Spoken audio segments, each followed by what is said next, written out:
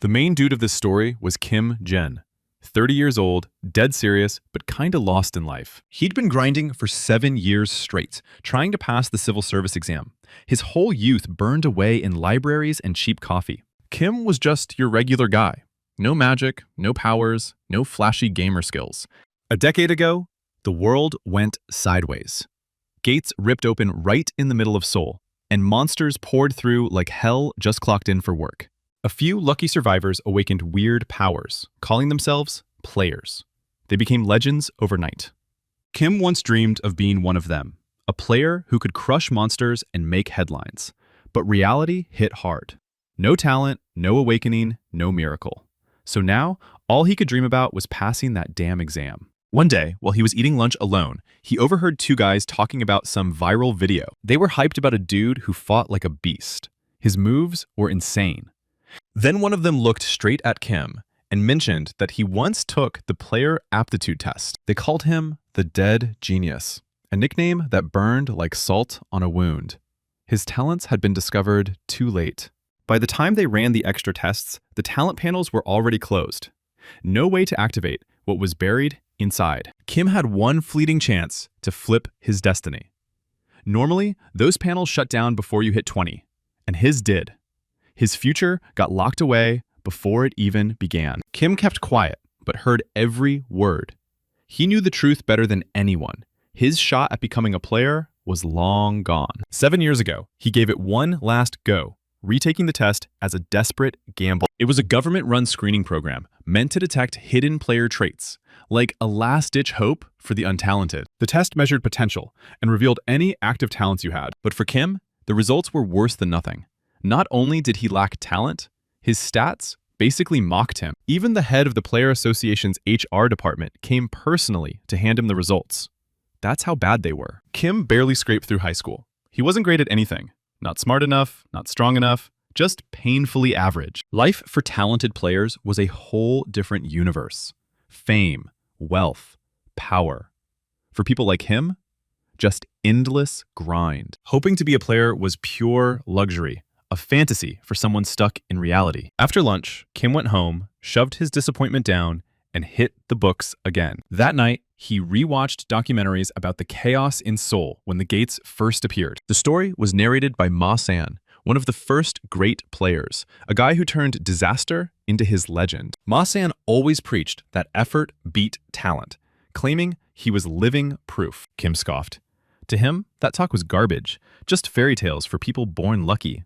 He didn't want to dwell on things he couldn't change. Deep down, though, he believed that if he had any kind of gift, he'd have awakened long ago. The thought haunted him that everything wrong in his life was his own fault. His mom had died from illness. His older sister had worked herself sick in a semiconductor factory and ended up with leukemia. Kim needed to succeed, not for himself, but for them. Yet no matter how hard he tried, nothing ever worked out. He couldn't shake off the words from that conversation at lunch. He thought he'd given it his all, but maybe effort just wasn't enough. Kim doubted anything could change tomorrow, not even if he pushed himself harder. He felt like a ghost drifting through life, utterly alone. The next morning, Kim remembered there was a midterm evaluation that day. He shook off his gloom, took a quick shower, and headed to the academy. At the bus stop, he waited for his usual ride. Bus number 702, 2 minutes away. For some reason, a strange feeling crept up on him, like the air itself was off. As he stepped onto the bus, the whole day felt different, almost unreal. Maybe it was just his mood messing with him, he thought. Sitting down, he pulled out his notebook to review one last time. Yesterday, he'd stopped right on the chapter about the cataclysms. Flipping through his notes, he noticed something weird. For April, it was freezing cold outside. Then he heard passengers murmuring about a fog outside, thick, heavy, and rolling in fast. A foul stench hit his nose, sharp and wrong. He grabbed his phone. An emergency alert flashed on the screen. The warning read, April 27th, 2018. A dense, unidentified fog has descended upon Seoul. Kim froze in disbelief. The world around him twisted like a nightmare in reverse. And when the haze cleared, he realized he'd gone back 10 years in time. That exact day was the day the cataclysm began. The dawn of humanity's fall. The whole district was choking on that foul stench, wrapped in a heavy, eerie fog that seemed alive. Kim's blood ran cold. He remembered the history books. 145,000 people were about to die. But this time, he knew. He knew what was coming. He'd seen the future once, and fate had just given him a rewind. Then chaos erupted. From every alley, from every shadow, goblins crawled out, their shrieks tearing through the smog. Suddenly, right before him, a glowing vial appeared out of thin air, a potion filled with wild, golden energy. The elixir of the brave Lion King, a relic that could boost strength by 6 full points. A god-tier starter item. Normally, a player only gained 2 stat points per level. This was straight up broken. The system's voice echoed in his head, declaring that the brave Lion King expected courage from him. Kim hesitated. Deals like that never came free. He knew the goblin wave was seconds away. If he stayed calm and didn't act stupid, he might actually survive. The Lion King's spirit began negotiating, an official contract request to a mid-rank administrator. Then the air cracked, and a shadowed figure appeared before him, a watcher from beyond the system. The figure read the petition. The brave Lion King requested changes to the tutorial's settings. Among the Celestial Guardians, that name carried weight. And not the good kind. The brave Lion King was infamous for forcing twisted ideals of courage and reckless passion on players. Kim knew the stories. This so-called lion was a sadistic maniac who enjoyed watching mortals suffer. Knowing his cruel nature, Kim realized what was coming. The bastard wanted to remove the safe zone. The administrator finally spoke. The contract had been approved. Kim clenched his fists. He wasn't about to accept a death sentence disguised as a lesson. The Lion King had no right to break the rules, especially when a human life was at stake. The mysterious observer seemed intrigued by his defiance. Kim pointed out that his first 10 seconds were stolen while trapped in the so-called safe zone. He demanded compensation. The system responded. The protection time of the safe zone was extended by 10 seconds. Talking with that entity had bought him just enough time to survive the first wave. From that moment, Kim decided, no more hesitation. His mission now was simple. Survive at all costs. The tutorial wasn't a lesson. It was pure hell disguised as training, a full week of it. As the bus doors creaked open, Kim stepped out, his breath misting in the cold air. Food and water. That was his priority. There was a small grocery store nearby. That would be his first checkpoint. He figured other survivors must be around, but the fog made it almost impossible to see beyond a few feet. Despite the bodies scattered everywhere, Kim felt unnaturally calm. Maybe shock. Maybe focus. Then he saw it. A little girl trapped under a crushed car, reaching toward him. A goblin clung to her from the other side, claws digging into the metal. Her wide, terrified eyes locked onto his, silently begging him to save her. The system whispered a warning. This goblin was a juvenile, but even so, at level 1, it was a brutal opponent. Kim didn't hesitate this time. He opened his inventory and equipped what little he had. He remembered every rule of the tutorial, every trap, every condition. Knowledge was his only weapon. Moving low and silent, he circled behind the goblin and struck first. The blow landed clean. The goblin child screeched once before collapsing. The system chimed. EXP gained. Kim lifted the girl to her feet and told her to stay close. No time for fear now. Together, they headed toward the grocery store, their temporary shelter. The system's voice echoed again, colder this time. The second wave was coming. That's when Kim realized the girl wasn't an ordinary survivor. She was a player. One with a rare innate talent. Talented players could sense where the safe zones were, and she was heading toward one. According to the system, safe zones included schools, convenience stores, and hospitals. Outside, goblins were rampaging, slaughtering anyone who couldn't fight back. Knowing that the convenience store was one of those safe zones, panicked survivors were already rushing that way. Kim watched in silence as desperate people pounded on the doors, begging to be let inside. But no matter how much they screamed, the barrier wouldn't break. The safe zone could not be forced open by brute strength. The catch was brutal. If he opened those doors from the inside, the safe zone would shatter like glass under pressure. He and the girl both knew that one wrong move could erase them in an instant. So he just stood there, dead silent, eyes fixed on the horror outside, watching the lives of others fade into nothingness. The system that had created this twisted nightmare carved its cruelty deep into his memory, leaving scars that would never fade. Kim swore in his heart that someday, every piece of this damn system would burn for what it had done. 6 long hours passed after the second goblin assault, and silence finally settled like ash after a firestorm. The girl whispered her gratitude to the one who had saved her from certain death. She called herself Khan, just 14 years old, too young for a world this cruel. Her voice trembled with sincere thanks, a spark of innocence in a ruined city. But Kim couldn't promise her safety till the end. In this game, promises got people killed. Still, he decided not to push her away. Not yet, unless her presence threatened his own survival. The next day, he told her they had to reach the tower. That was their next checkpoint in this hellish tutorial. When morning came, they stepped out of the store and were greeted by a graveyard of corpses. Even for a hardened survivor, it was chilling. For Khan, it was pure nightmare fuel. The city looked like the end of the world itself. Blood on the walls, silence in the air, no survivors in sight. Every step forward demanded focus. One wrong move could mean death. Kim warned her to tell him immediately if she saw anything that looked slimy. The slime was a neutral monster, harmless at first glance, its level hidden.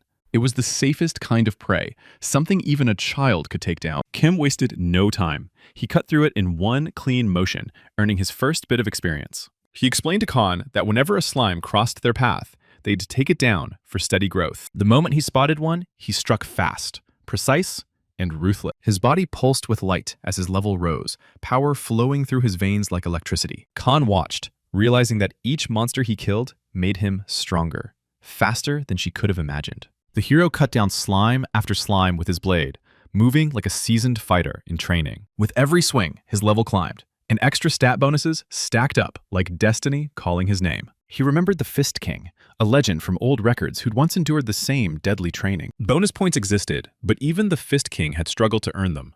Kim knew he was lucky, or cursed.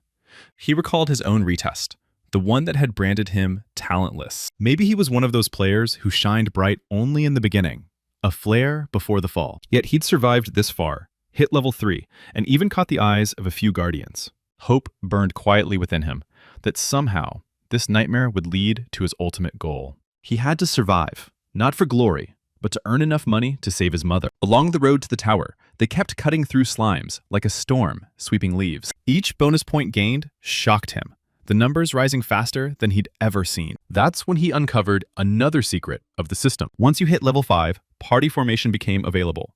Teamwork unlocked. Without hesitation, Kim invited Khan into his group, their fates now linked by data and blood. But near the tower, danger awaited.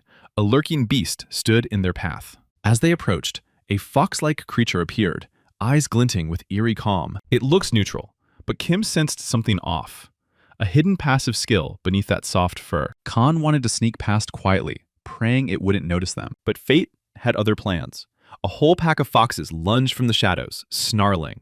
Kim moved instantly, shielding the girl, slicing through the ambush with every ounce of strength. His power surged again, another level gained through sheer survival. All the while, an invisible administrator watched, unseen and silent, observing his every move. Kim reached level 8, an impossible pace for a newcomer. The unknown observer was stunned, his calm demeanor breaking for the first time. Even Kim himself felt strange. The growth rate was unreal, like something inside him had awakened. His evolution was unnatural, but full of limitless potential.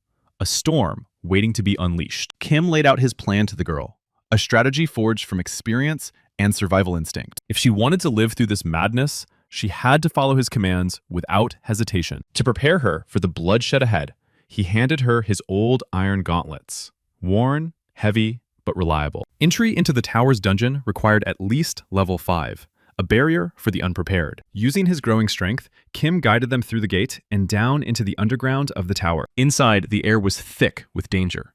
Goblins snarled in the dark, and foxes watched from the shadows. Kim told the girl to stick to the plan, start with the goblins, and keep her guard tight. Unlike high-tier dungeons, this one was chaotic.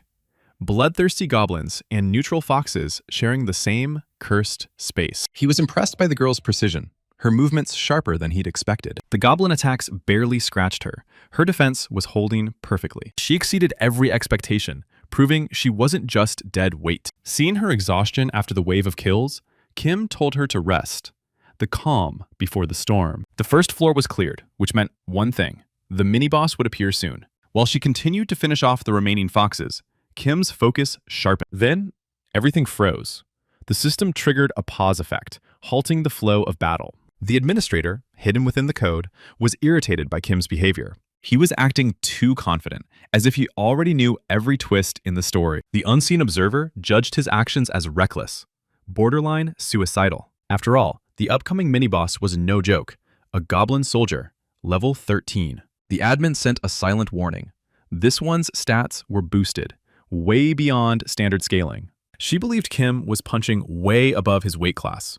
This was a fight he couldn't possibly win. In her eyes, starting this battle was breaking every survival rule in the book. That's when Kim realized he had become a spectacle, a player that drew eyes from beyond the system. He was no longer just a participant. He was entertainment, a rare anomaly in the eyes of the watchers. His survival now served the admin's interests, a tool, not a threat. Kim knew the truth, though. That female administrator was incompetent, destined to be erased in the future. She couldn't control the narrative. She was just reacting to it. Kim decided he would challenge the goblin soldier anyway, no matter the odds. Administrator Selen doubted his strength, whispering in the void of the system. The hero countered her disbelief with an offer, a deal that could turn the tide. Selen thought his arrogance had gone too far, that he was taunting the very structure of fate. Yet curiosity got the better of her. She wanted to know the terms of his deal. Meanwhile, every remaining monster on the floor had been wiped out. The system's tone shifted.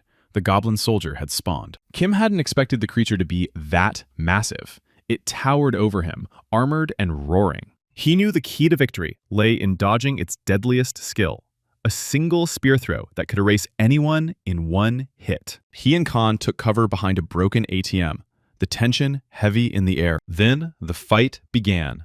Metal clashing, ground trembling under every strike. Kim declared through his resolve that everyone should watch closely as a level 8 player took down a boss. He anticipated the monster's pattern.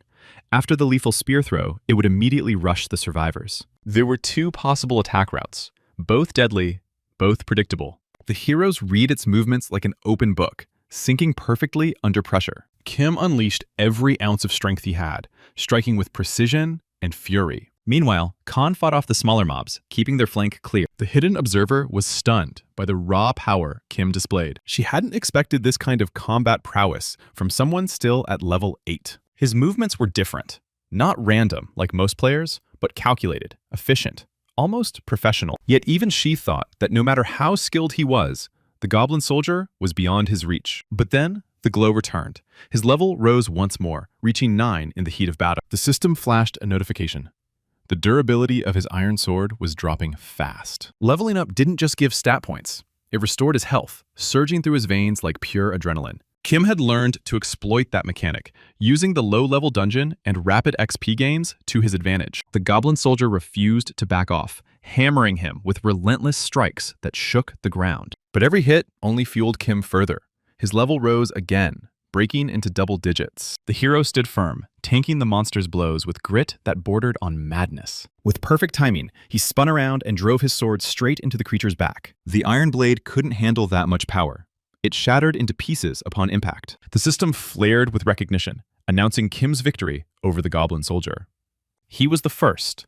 No one else had managed to bring that beast down. His triumph was marked as a solo clear, a feat reserved for legends. Khan ran to him, throwing her arms around his tired body, overwhelmed by relief and admiration. One of the hidden achievement conditions had been fulfilled. Meanwhile, in the Quan district, a whole pack of foxes was on the rampage. People watched in disbelief as another player cut through them with a single, devastating strike. That man was Su Hyun, the strongest trainee in the entire zone, a living powerhouse. Kim and Khan decided to keep moving, pushing deeper toward their next objective. Survivors they passed invited them to join their camp, seeking protection and leadership. Yet a thought kept gnawing at Kim. Could it really be true that he had no talent? The unseen observer was amazed by his unwavering focus amid chaos. The system notified him that the woman of the scales had taken an interest in him. She was one of the Guardians, a being whose nature leaned toward pure good. Unlike the Lion King, she valued the safety of players, guiding and supporting them from the shadows. Kim couldn't understand why such a righteous entity would notice him of all people. The administrator rewarded him for slaying the mini-boss, a recognition of his daring defiance. The reward materialized. A new iron sword, standard grade, but freshly forged. After regrouping, they set their sights on Chogun, their next battleground. Their mission there? Eliminate the city wolves that prowled its ruins. Clearing even one dungeon floor shifted the balance of the entire training zone, and they had conquered the first. Kim was now certain he did have talent, enough to earn the money he needed to save his family. He swore to seize every opportunity, no matter how dangerous. Sue approached him later, curious how Kim and Khan had managed to survive this long. The hero recognized him instantly. It was Sue, the king of fists himself, a living legend in the training fields. Sue offered him a place in his group, believing strength lay in unity. Together, he said, their odds of survival would skyrocket. But Kim refused the offer without hesitation. He believed they could endure the 7 days on their own. No alliances, no safety nets. Sue's friends didn't take that well. They glared, irritated by Kim's defiance. Before leaving, Kim advised Sue to aim for a monster's left eye when things got tough. Sue didn't fully grasp the meaning, but he thanked Kim anyway, taking the advice to heart. Kim knew what was coming. Sue and his crew would soon enter the tower's dungeon. They'd clear the first floor, but only Sue would walk out alive. History would remember him as the hero of the training grounds, the first human to defend a dungeon. Yet Kim also knew that Sue's decision to challenge the second floor would become his greatest mistake. Khan suddenly sensed monsters ahead, their bloodlust cutting through the still air. Without hesitation, the two launched themselves into the fight. Kim decided to seize the moment, grinding his level even higher. His power exploded past the limit. He became the first to reach level 11. The system crowned him with a new title, the Trailblazer. It was a sacred name, reserved for those who dared to carve paths where no one else had ever stood. After wrapping up the fight, they didn't waste time. The road ahead was still calling, and they kept moving forward through the ruined cityscape. The hospital ahead counted as a safe zone, one of the few remaining places untouched by chaos. The administrator's curiosity stirred. She wanted to know more about the title Kim had earned. But in this world, no one could see another player's title unless the player revealed it willingly. Kim refused to share that secret with Selen. Some things, even allies didn't need to know. Meanwhile, the survivors gathered for an emergency meeting in what was left of a nearby plaza. Soo-hyun stood before them, explaining that there was a dungeon not far from their location. He asked the group for their approval to mount a joint expedition inside. The people agreed without hesitation. Unity meant survival now. They believed that as long as they stayed together, they might just live through this nightmare. Plans for a full-scale raid began immediately. Everyone started preparing their weapons and supplies. During that time, Kim kept hunting down the city wolves without slowing down. Khan noticed how easily they dispatched them.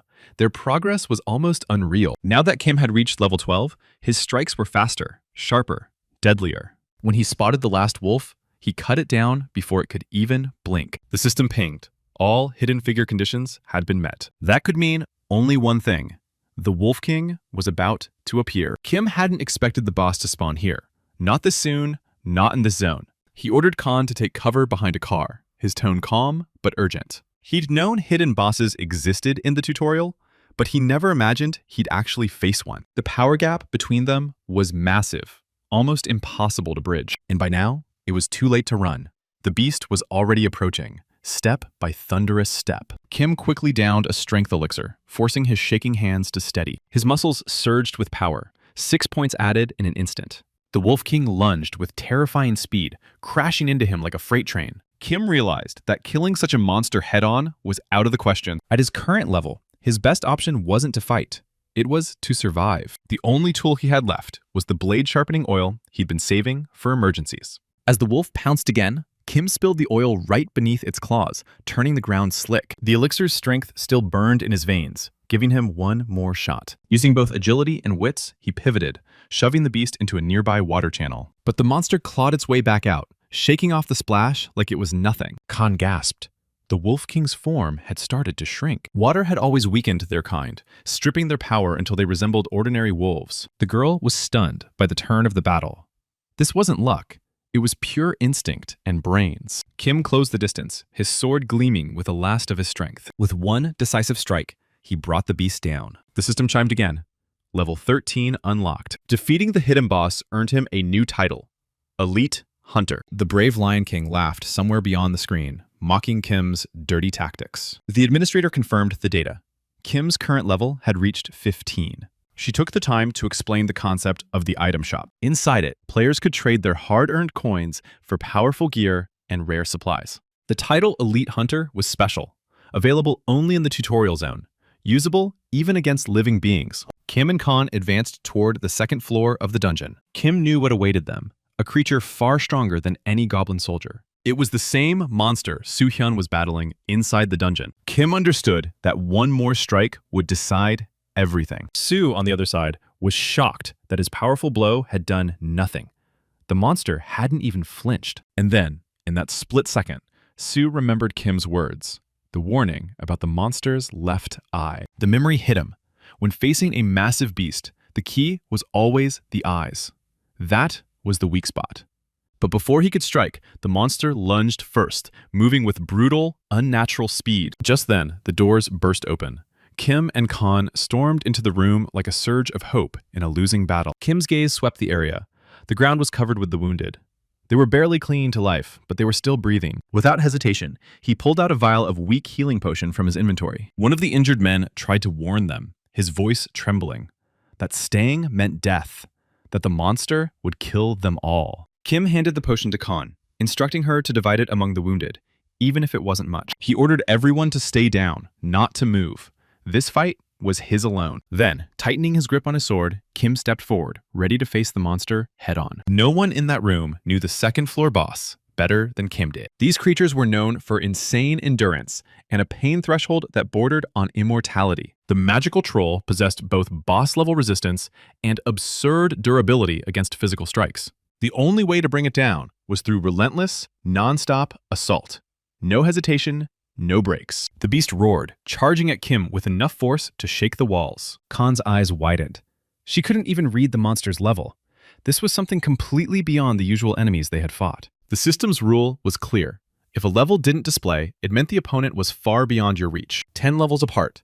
That was the gap between Kim and the creature.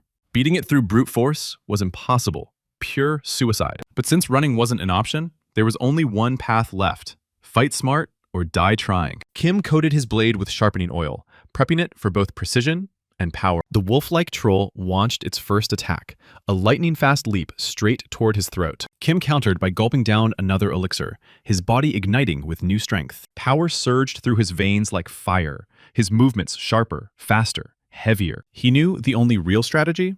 Knock the creature into the water and let nature finish what he couldn't. Khan gasped as the beast began to shrink, its aura dimming. Water was their natural weakness. It stripped their resilience, drained their power until they were fragile. Curious and awestruck, Khan wondered where Kim had learned such unorthodox combat instincts. But Kim had never trained in real martial arts. He'd only studied enough to pass exams. His fighting style was pure adaptation, pure survival. He waded into the water, raising his sword high, channeling every ounce of strength left in his body. Driving the blade deep into the monster's chest, he ended the fight with a single decisive strike. The creature sank, lifeless, and Kim exhaled.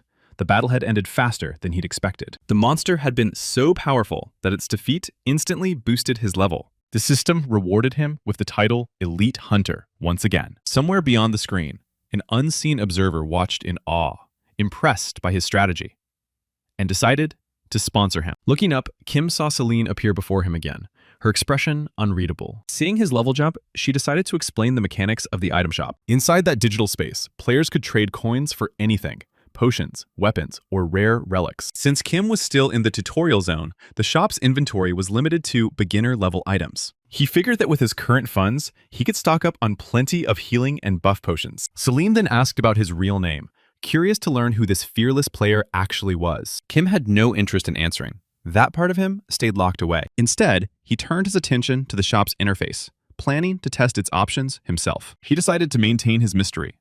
Anonymity was a weapon of its own. The Elite Hunter title was unique, granted only within the tutorial, and applicable even to living targets. Kim warned Khan that their next step was to head deeper. The second floor of the tower dungeon awaited. It was the same training dungeon where the goblin soldier had fallen, but this time, the danger would be far greater. Meanwhile, Soo-hyun was locked in his own desperate struggle against an unknown creature. He understood clearly, if he went down, it would all end right there. Gathering the last of his strength, he launched another strike, but his attack failed to even scratch the enemy. Soo couldn't believe it. After all those hits, the goblin hadn't taken a single point of damage. The guy knew one thing for sure. If he didn't act fast, he was toast. Death was literally breathing down his neck. Just then, Kim and Kang burst into the boss zone, their footsteps echoing like thunder. Without hesitation, the hero grabbed a weak healing potion. Low-tier stuff, but better than nothing. One of the survivors, trembling and pale, yelled that they had to get out before the monster wiped them all out. Kim handed the elixir to Kang, ordering her to split it among the wounded. Deep down, the guy knew. No one in this place understood the tower's second-floor boss better than he did. That monster was legendary for its insane endurance and freakish vitality. Kim's reflexes were razor-sharp. All those points he dumped into agility finally paid off. He could see the attack patterns and dodge like a ghost. The fatigue clawing at him could be cleansed by a potion he'd picked up from the shop earlier. He believed that if he played it smart, stayed cautious, and kept his head cool, he could take this thing down. So he decided it was going to be a battle of stamina. Whoever outlasted the other would win. None of the others watching even knew who this guy truly was, but they all stared, spellbound, as the fight dragged on for over an hour. Nobody could wrap their heads around the fact that a human could last that long against such a beast. One man whispered that Yu Hyun used to be called a genius. But Kim was on a whole other level. When Kim tested the troll's endurance firsthand, he realized just how brutal it really was. He'd been fighting nonstop for an hour, and that monster didn't even have a scratch. The hero knew that the old him, the average guy before all this, would have never jumped into such a deadly fight. But deep down, he'd always dreamed of the day when civil servant Kim would become a true player. Taking a deep breath, he focused. Judging by his instincts, there were maybe 15 minutes left till the end of the battle. Just then, the system chimed.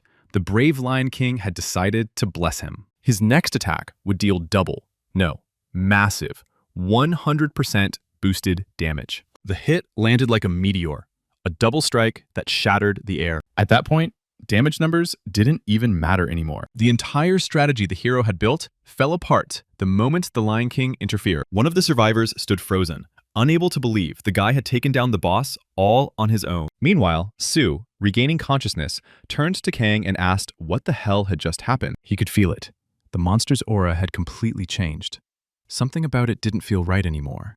Then, out of nowhere, a shadow behind Kim loosed an arrow straight at the boss. The unknown archer gripped his bow tight, hoping that shot would finish the beast once and for all. He couldn't stand the thought of someone stealing the kill he came here for. Kim shouted for everyone nearby to run.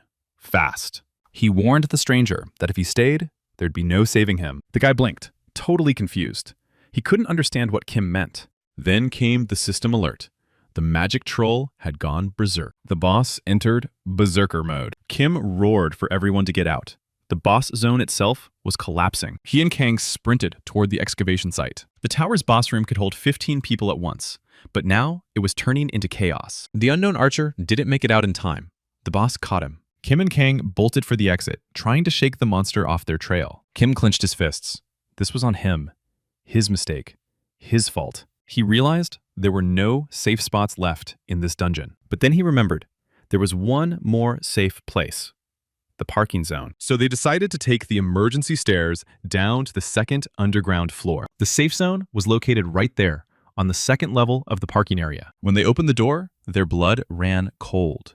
The troll was already there. The moment it spotted them, it charged with unstoppable fury. The heroes turned and dashed down the stairs, hearts pounding like war drums. As Kim tried to open the next door, the system screamed. Critical situation detected. The troll roared and lunged straight at Kim, its claws slicing through the air like blades. But Kang stepped in, her body glowing with defiance as she stood between him and death.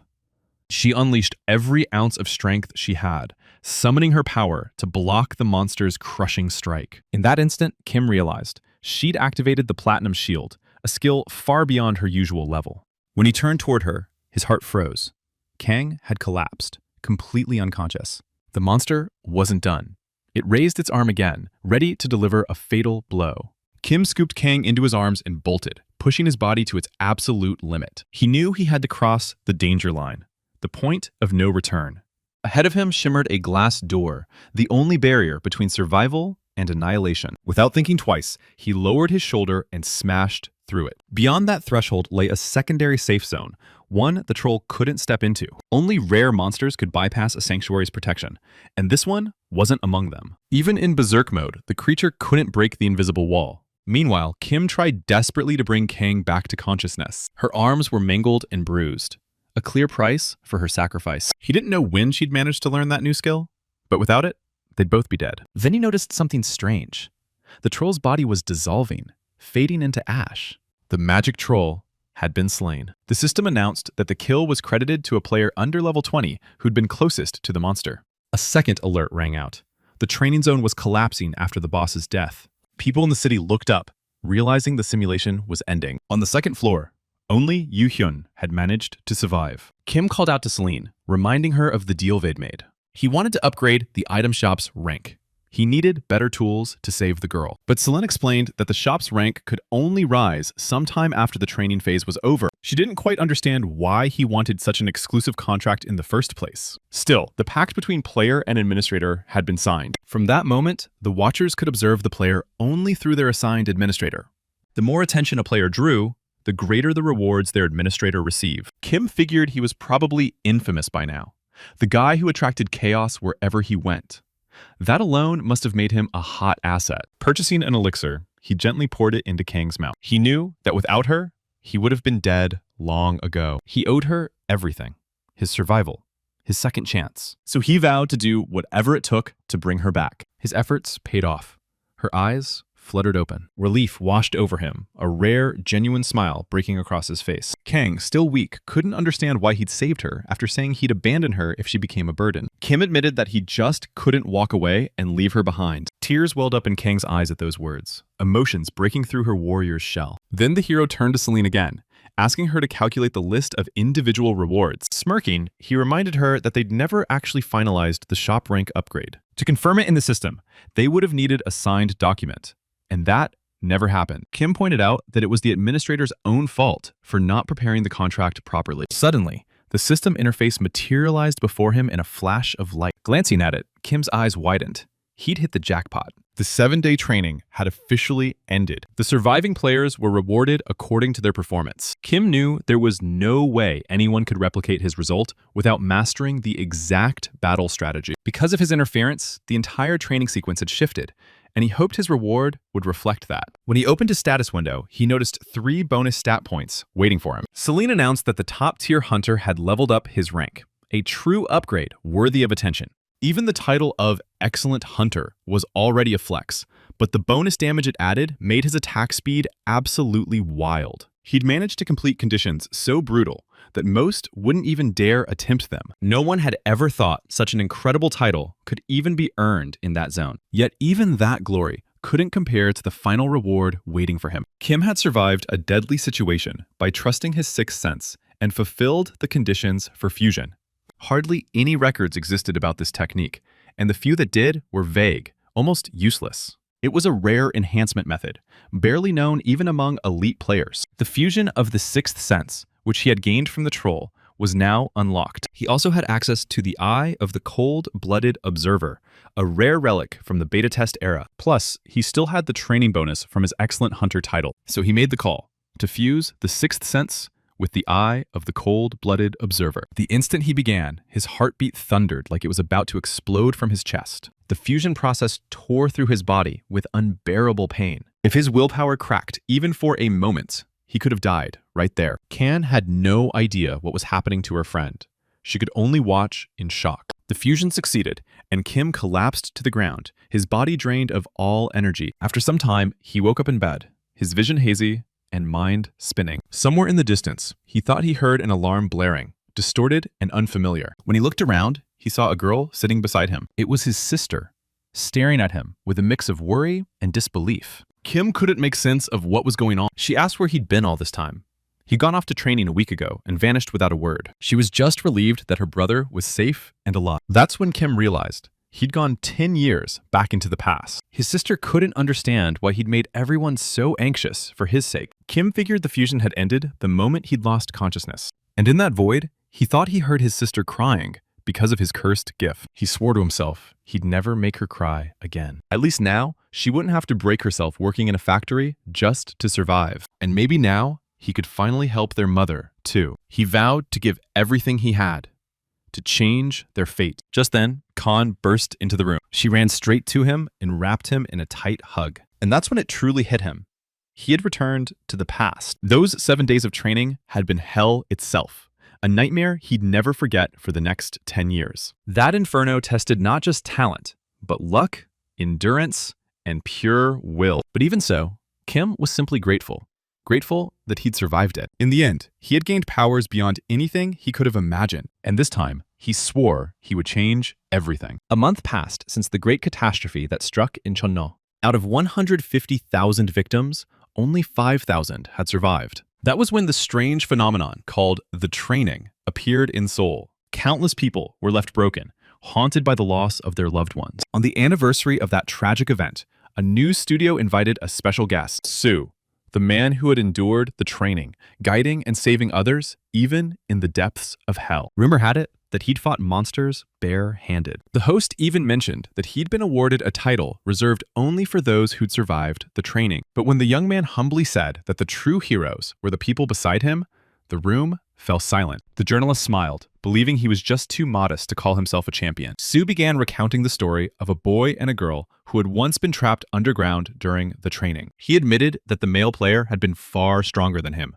someone way out of his league. Deep down, Soo knew that without that guy's help, he wouldn't have made it out alive. Ever since then, he'd wanted nothing more than to repay that debt, to thank the one who saved his life. On July 7th, a small gate materialized near the second entrance of Seoul Station. People started panicking, convinced that monsters were about to pour out again. The gate could only be entered by 7 players. No more, no less. So Kim and Khan were the first to step forward, determined to face whatever was waiting inside. Kim already knew from the future that players would later come here to grind levels in the Coma timeline. If you knew the proper strategy for clearing it, this dungeon was actually way easier than the tower. Celine mentioned that the manual specifically stated the dungeon required a minimum of 7 people to enter safely. Going in with just 2 players was practically suicide. The system administrator warned them to retreat and come back only as a full group. But Kim refused. He wanted to show what he was truly capable of. The world had already changed. Weak monsters like slimes were now crawling around even outside of dungeons. People were terrified and started considering fleeing the city altogether. Soo too made his choice. He would take on the training again. The mid-rank administrator, Neptune, had personally offered him that challenge. When Neptune heard that 2 people had already entered the gate, he told Soo to find 4 more and join them. Inside the dungeon, Kim warned Khan to watch her step. Traps could be anywhere. The underground labyrinth beneath Seoul Station felt like a cold, damp cave straight out of a nightmare. Suddenly, Kim's eye of perception activated on its own, heightening his senses. By then, Khan had already reached level 5. Her aura pulsed with newfound confidence. Without warning, the path split in front of them. They had reached the fabled crossroad of 7 routes. Each of those 7 paths led to a separate cavern, each hiding a unique treasure. That's why the dungeon recommended a party of at least 7 adventurers. When a player stepped onto each magic circle, a trial for 7 players above level 10 was triggered. No matter which path was chosen, the chance of dying inside was sky high. Kim told Khan to stay behind and record everything for later study. He quickly realized that the first route was the path of Nephiras, and the moment he stepped near, it activated. With no hesitation, Kim decided to begin the dungeon challenge right then and there. The Seoul Station dungeon was built around the 7 branching paths of fate. Every single path had to be cleared before the dungeon itself could be completed. Each route offered its own type of reward: strength, skill, or rare loot. Kim knew that by tackling the first path with only Khan, they were essentially taking on a challenge meant for 7 full players. The strategy for this dungeon was well documented, since it was one of the earliest ones to ever open. After finishing the first, Kim advanced toward the second path, his steps echoing in the darkness. He understood how to use the activation system. Each path's start point set the difficulty level. And here, all 7 paths were locked at a challenge rating for 7 players. Still, the young man pressed forward and managed to activate the 3rd path with ease. The rules didn't require clearing all the paths simultaneously, which played perfectly to his advantage. Meanwhile, outside Seoul Station, officials were assessing the strange phenomenon. Residents were urged to evacuate immediately, fearing another outbreak. A boy standing in the crowd realized that the dungeon gate lay hidden right beneath their feet. Another young man rose above the crowd, his voice booming as he protested the chaos. Police tried to restrain him, but he was far too powerful. Soo recognized him instantly. It was the mid-rank administrator, Chris. The officers fired at Chris in desperation, but their bullets shattered harmlessly mid-air. The administrator was surrounded by a protective barrier, a shimmering shield that marked him as someone far beyond human. With a single fiery strike, Chris unleashed hell upon the police, flames bursting through the air as officers were thrown back like ragdolls.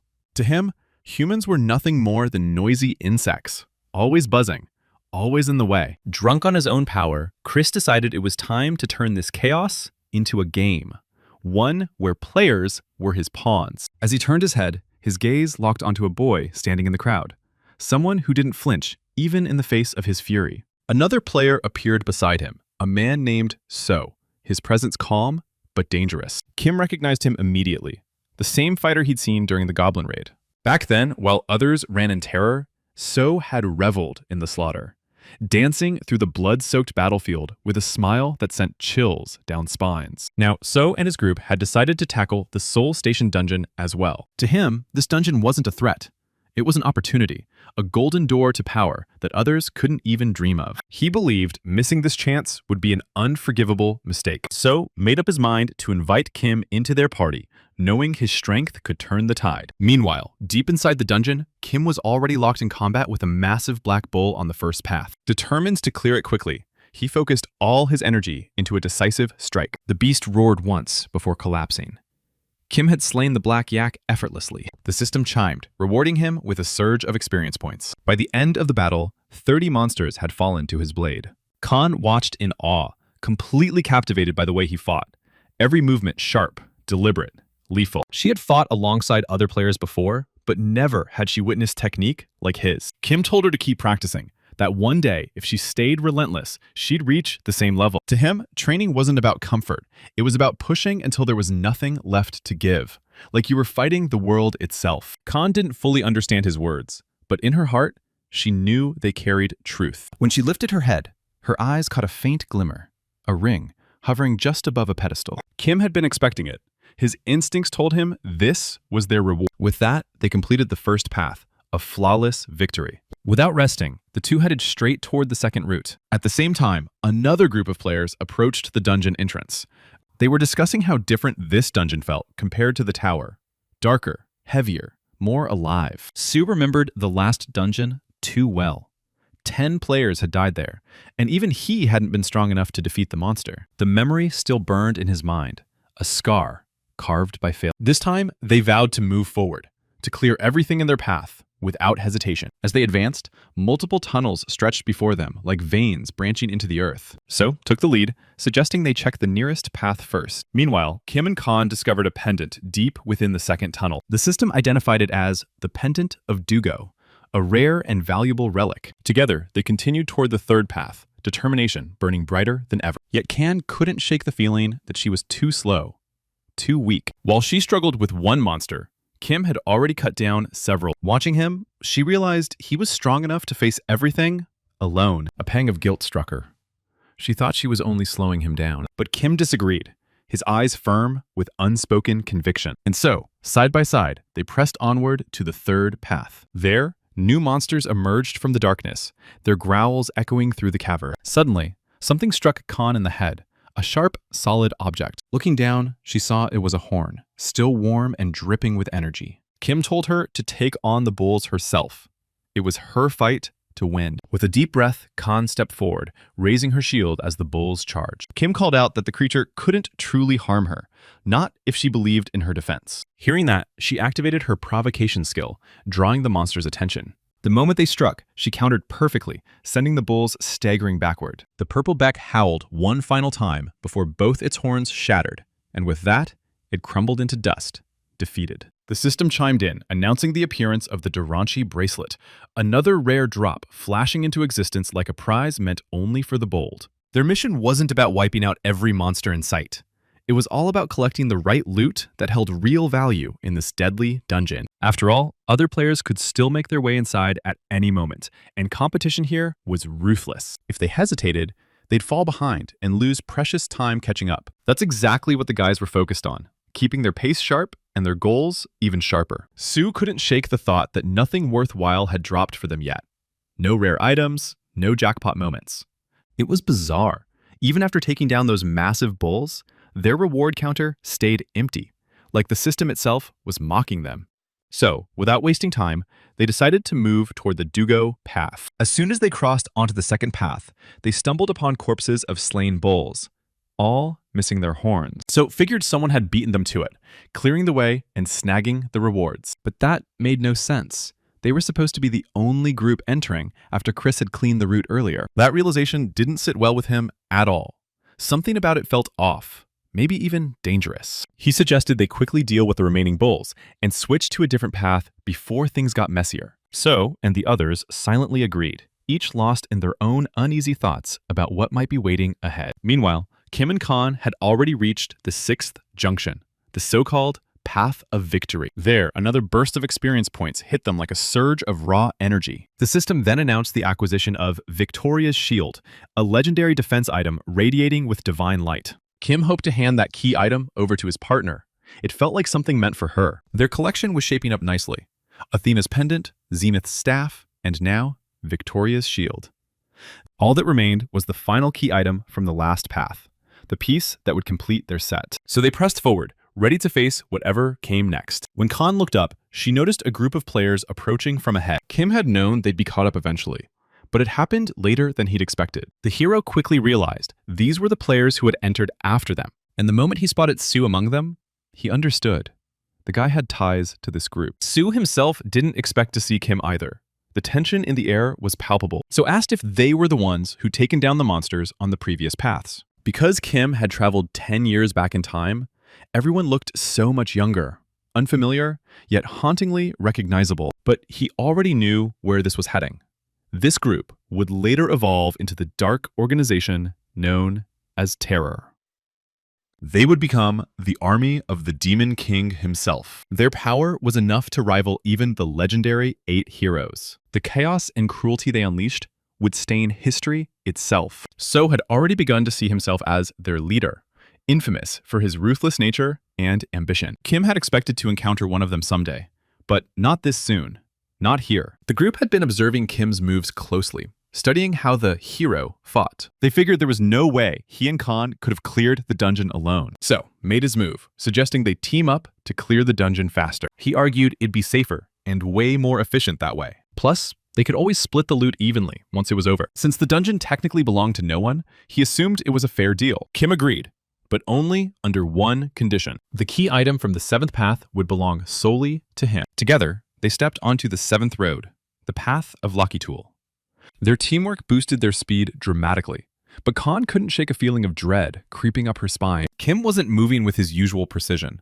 His swings were slower, his breathing heavier. He'd handled things effortlessly before, but now he looked like a man running on fumes. So his curiosity spiked. He wanted to know what Ace Kim had up his sleeve to clear the earlier paths so fast. The system then notified them of a new drop, the Lockatool earrings, so examined them, unable to see what made them so special. To him, they just looked like a pair of old, dusty earrings, and he couldn't help but wonder why Kim wanted them so badly. Those earrings were essential for completing the hidden trial, the one granted only to the very first players who dared to enter the dungeon. Since Kim had already gathered 7 key relics, he was finally eligible to take on the challenge. Without hesitation, he transferred the promised payment for the earrings, sealing the deal. So decided to help him finish the dungeon and complete his quest, though his motives were far from pure.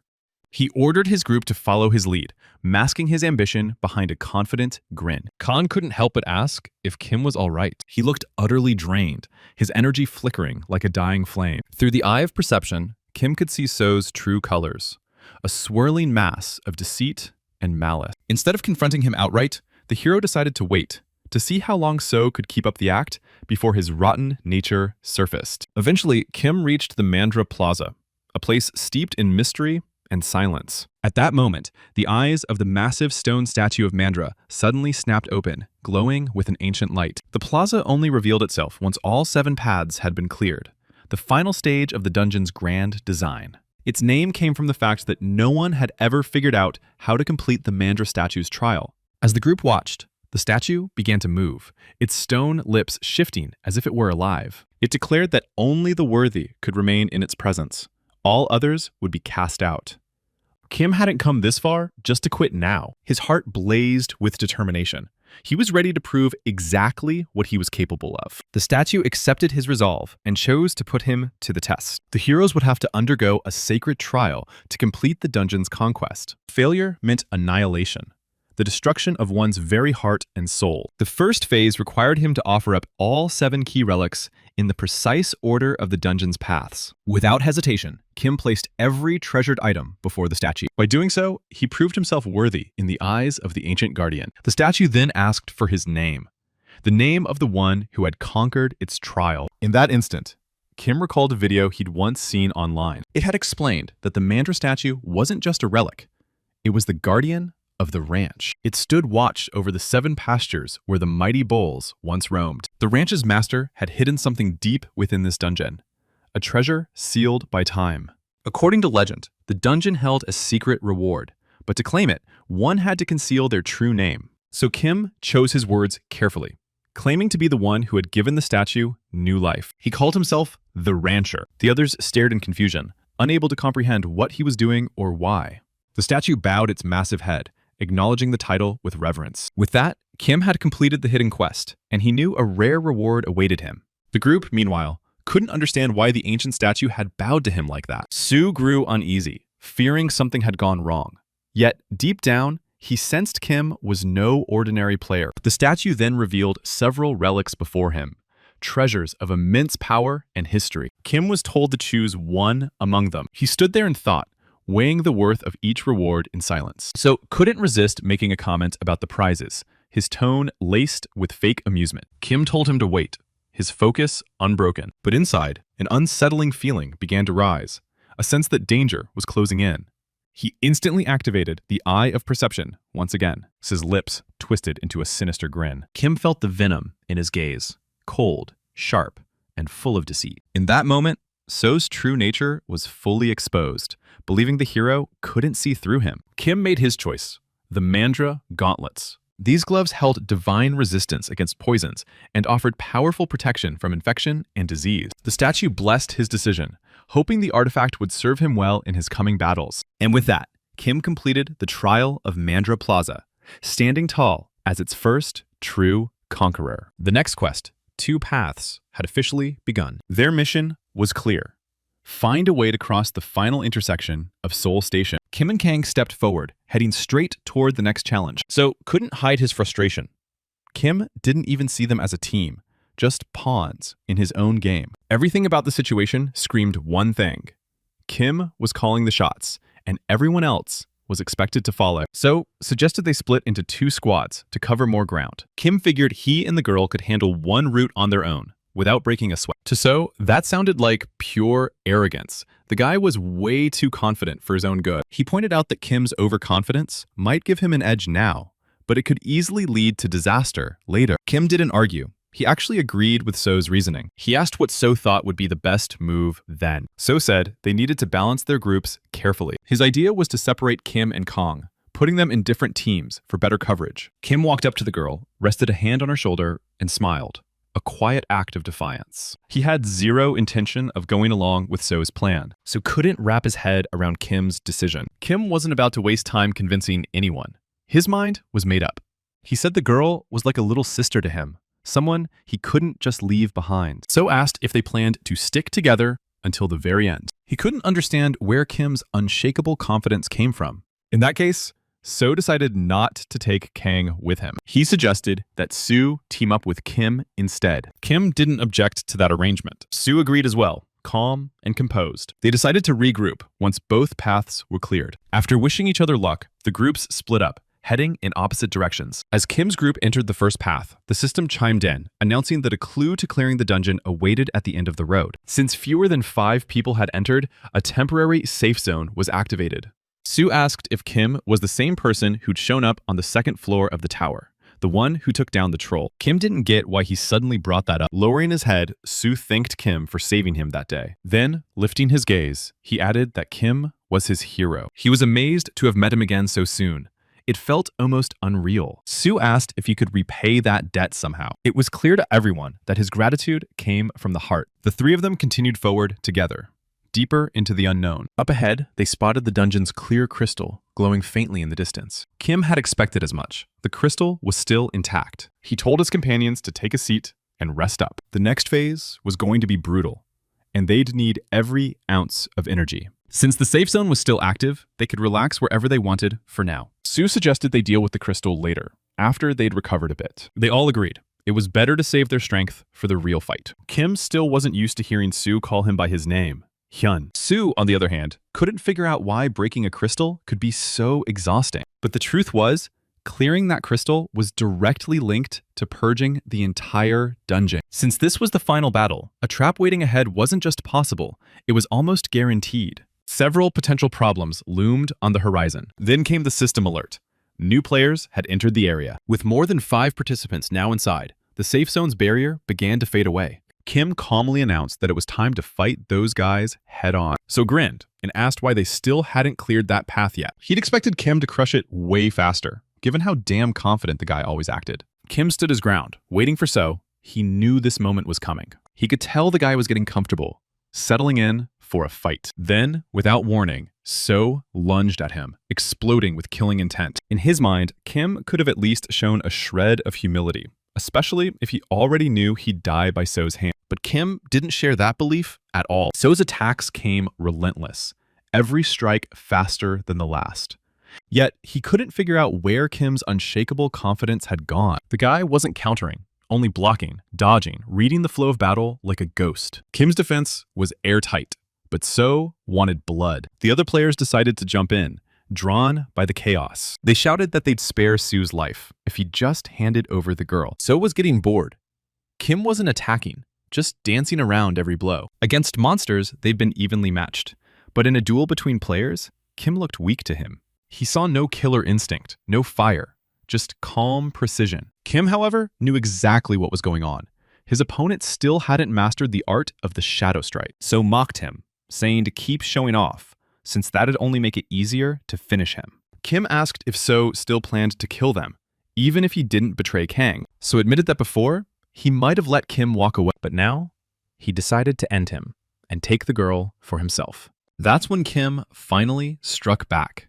One clean, decisive hit that broke the silence. What happened next would be the consequence of So's own choices. Then, time rewound, an hour earlier, before this clash began. The dungeon had been sealed off by the administrator, and the players realized they needed to clear it fast or die trying. So, thought they'd had enough of pretending. No more playing nice. He made up his mind to deal with Kim himself and take the kid. Their goal was simple: eliminate Kim and Kong once and for all. So was sure Kim couldn't do anything to stop them, no matter how strong he thought he was. They also figured Sue's stats weren't any better than theirs, so ordered his crew to keep Sue busy while he personally handled the so-called hero. During the first exchange, So realized something. Kim's fighting style had changed. His stats had skyrocketed.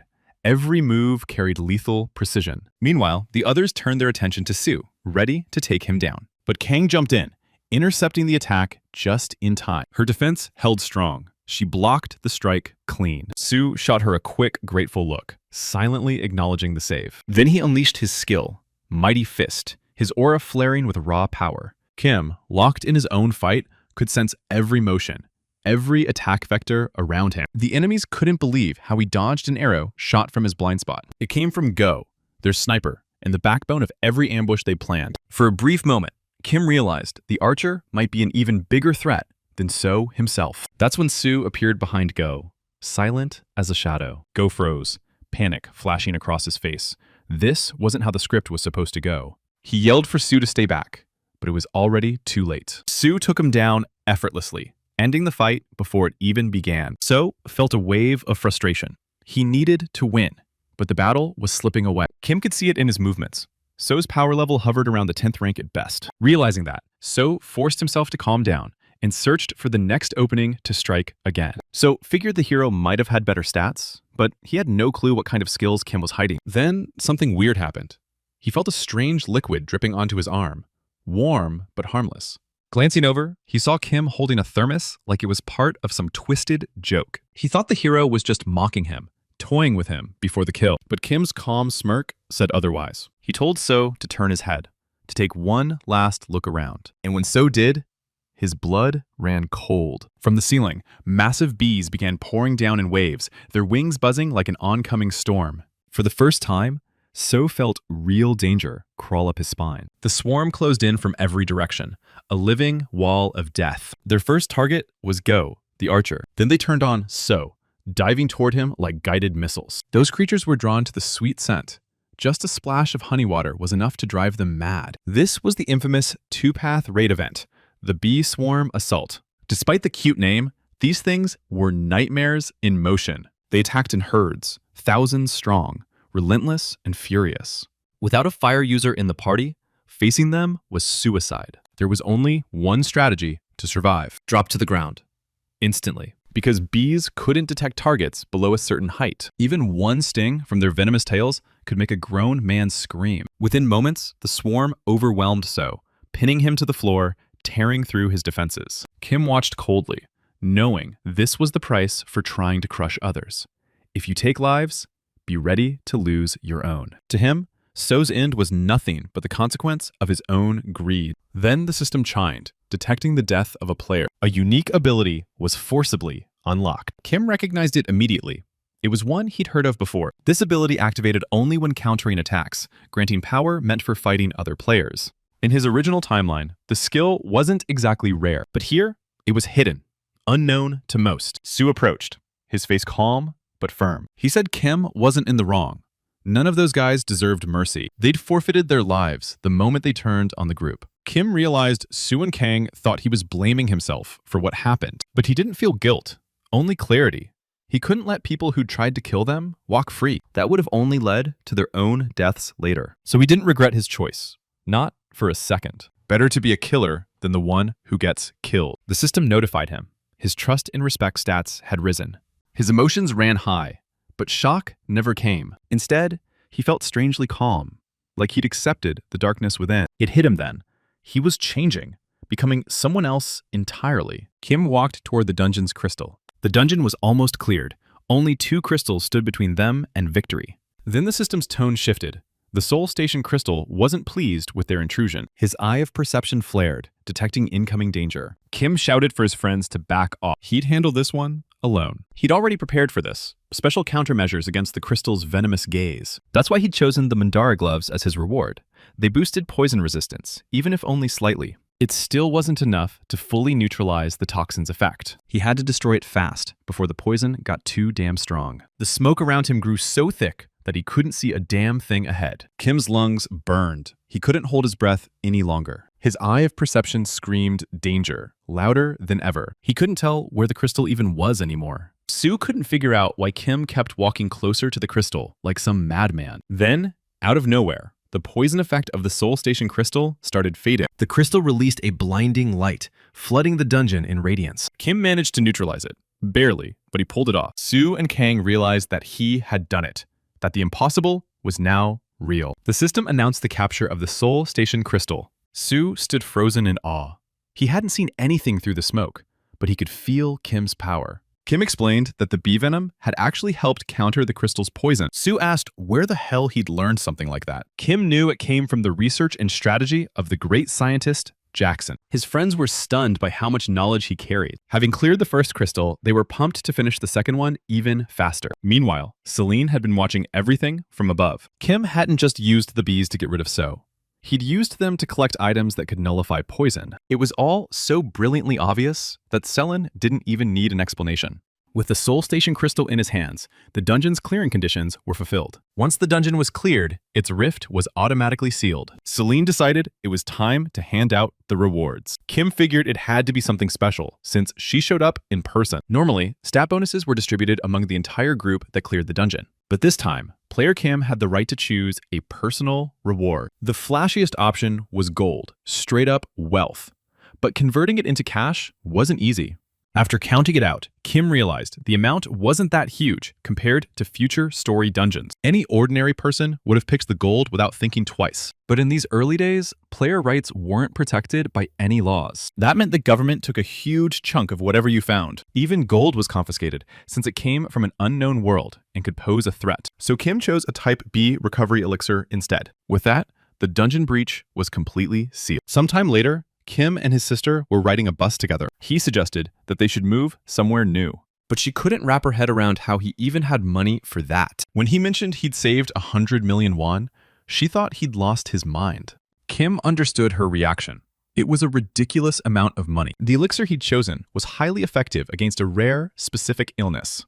He took it and went to meet a certain wealthy individual. That man was rich, desperate for a cure, and willing to pay big for the item. The buyer accepted both of Kim's conditions, and Kim earned nearly 1 billion won. If things went like last time, the deal would go through perfectly. It wouldn't just bring him money, it'd open doors to powerful connections. Meanwhile, Nuna was scrolling through news about that same man. The report mentioned his hair, and she brought it up in conversation with her brother. Apparently, his hair had grown back after taking the elixir. Turns out, it had just been a damn cure for baldness all along. But the man who had built a giant corporation from scratch saw potential for investment in it. Kim requested 100 million in cash and a home, custom built to his specifications. He also agreed to help with Kang's adoption, the girl whose future was shrouded in mystery. Their mother immediately recognized Kang as clever and full of life, and she agreed. After securing the house, Kim was eager for his family to move in, and his sister agreed. That day, Kim added, it would be better if everyone returned home early. At that moment, through the bus window, he noticed new gates opening. Outside, he spotted a girl named Shinn. Kim stopped the bus and told his sister he had an urgent matter to attend to. He knew that in the Hanch district, only one gate could appear at that time. It was the first public dungeon clearance by the Sword Empress, described only briefly. Records of that dungeon weren't kept because it was special. Shinn was the Sword Empress and a powerful player who had cleared it first. Approaching her, Kim asked if she planned to enter. He couldn't find any information about her in the year 2028. She asked if he was a player and if he knew anything about the dungeon. Kim explained that monsters could pour out of the gate if the dungeon wasn't cleared in time. But that couldn't happen yet, since other dungeons were already cleared. Even those who completed training spoke of breach possibilities. So it could be true. In the past, the Soul Station dungeon had been breached by the gates several times. Many players sacrificed their lives to understand the strategy for clearing it. The girl asked if she could enter as well. Kim suggested forming a party. She became curious about his level. When she heard he was level 19, she smiled. She was at the same level herself. She tried and successfully sent the invitation. The girl asked how old the hero was. Hearing he was 20, she was taken aback. She'd assumed he was older. Smiling, Shinn suggested they speak casually, since they were the same age. Kim suggested discussing that after they survived the dungeon. He hadn't expected to run into a gate again, but this was his chance to see the dungeon the Sword Empress had cleared right after training. Meanwhile, Nuna couldn't figure out where her brother had gone. Entering, they decided to survey the tunnel. The system announced the appearance of monsters. They were rabbit-type monsters. To the girl, they seemed as big as boss monsters, but didn't look very strong. Unlike with players, monster threat levels were easier to gauge. The rabbits posed almost no danger and weren't aggressive. They ran at any sign of threat, so it was best to kill them in one strike. Shinn was delighted, since she had exactly the right skill for this. That's when Kim realized the girl was indeed the Sword Empress. She dispatched the rabbits quickly and efficiently. Kim didn't expect her to master her unique ability so fast. The atmosphere shifted instantly once the battle began. Shinn immediately resembled the battle fanatic she would become 10 years later. Kim didn't anticipate finding rabbits behind those gates. They were tough to kill due to their speed, but their offense and defense were weak. Still, Kim could obtain the needed item if luck was on his side. Shinn asked if he had been there before. After that, they introduced themselves, exchanging names. The girl was curious how the hero knew so much about the gate. Kim answered that it took a lot to truly know everything, but that answer didn't satisfy her. Just then, new monsters appeared before them. They decided to continue their conversation after dealing with them. Among the drops from the rabbits was an item that helped break growth limits at higher levels. So Kim decided not to move on until he got what he wanted. Celine considered him an extraordinary player. Rod joined. Rod doubted that Kim was level 19 and decided to check his status, but access was forbidden. Kim had set personal viewing rights, not only closing the status window, but even deleting his name from the player ranking table. Rod realized the hero was sharp, and definitely one of the smartest players around. She was convinced he generated serious income, so she wanted to broadcast him too. But Celine had signed an exclusive contract with Kim. Meanwhile, Kim battled the rabbits and secured a new item.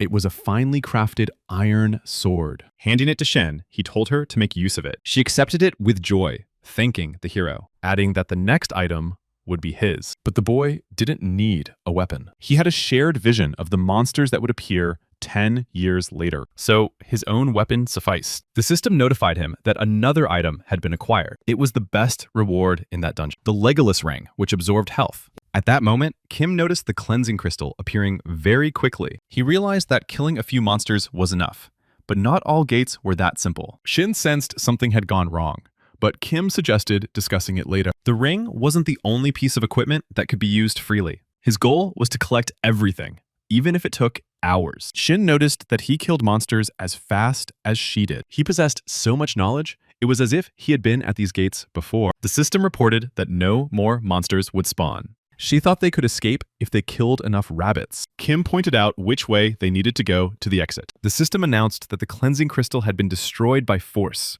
and the dungeon tunnel was now secured.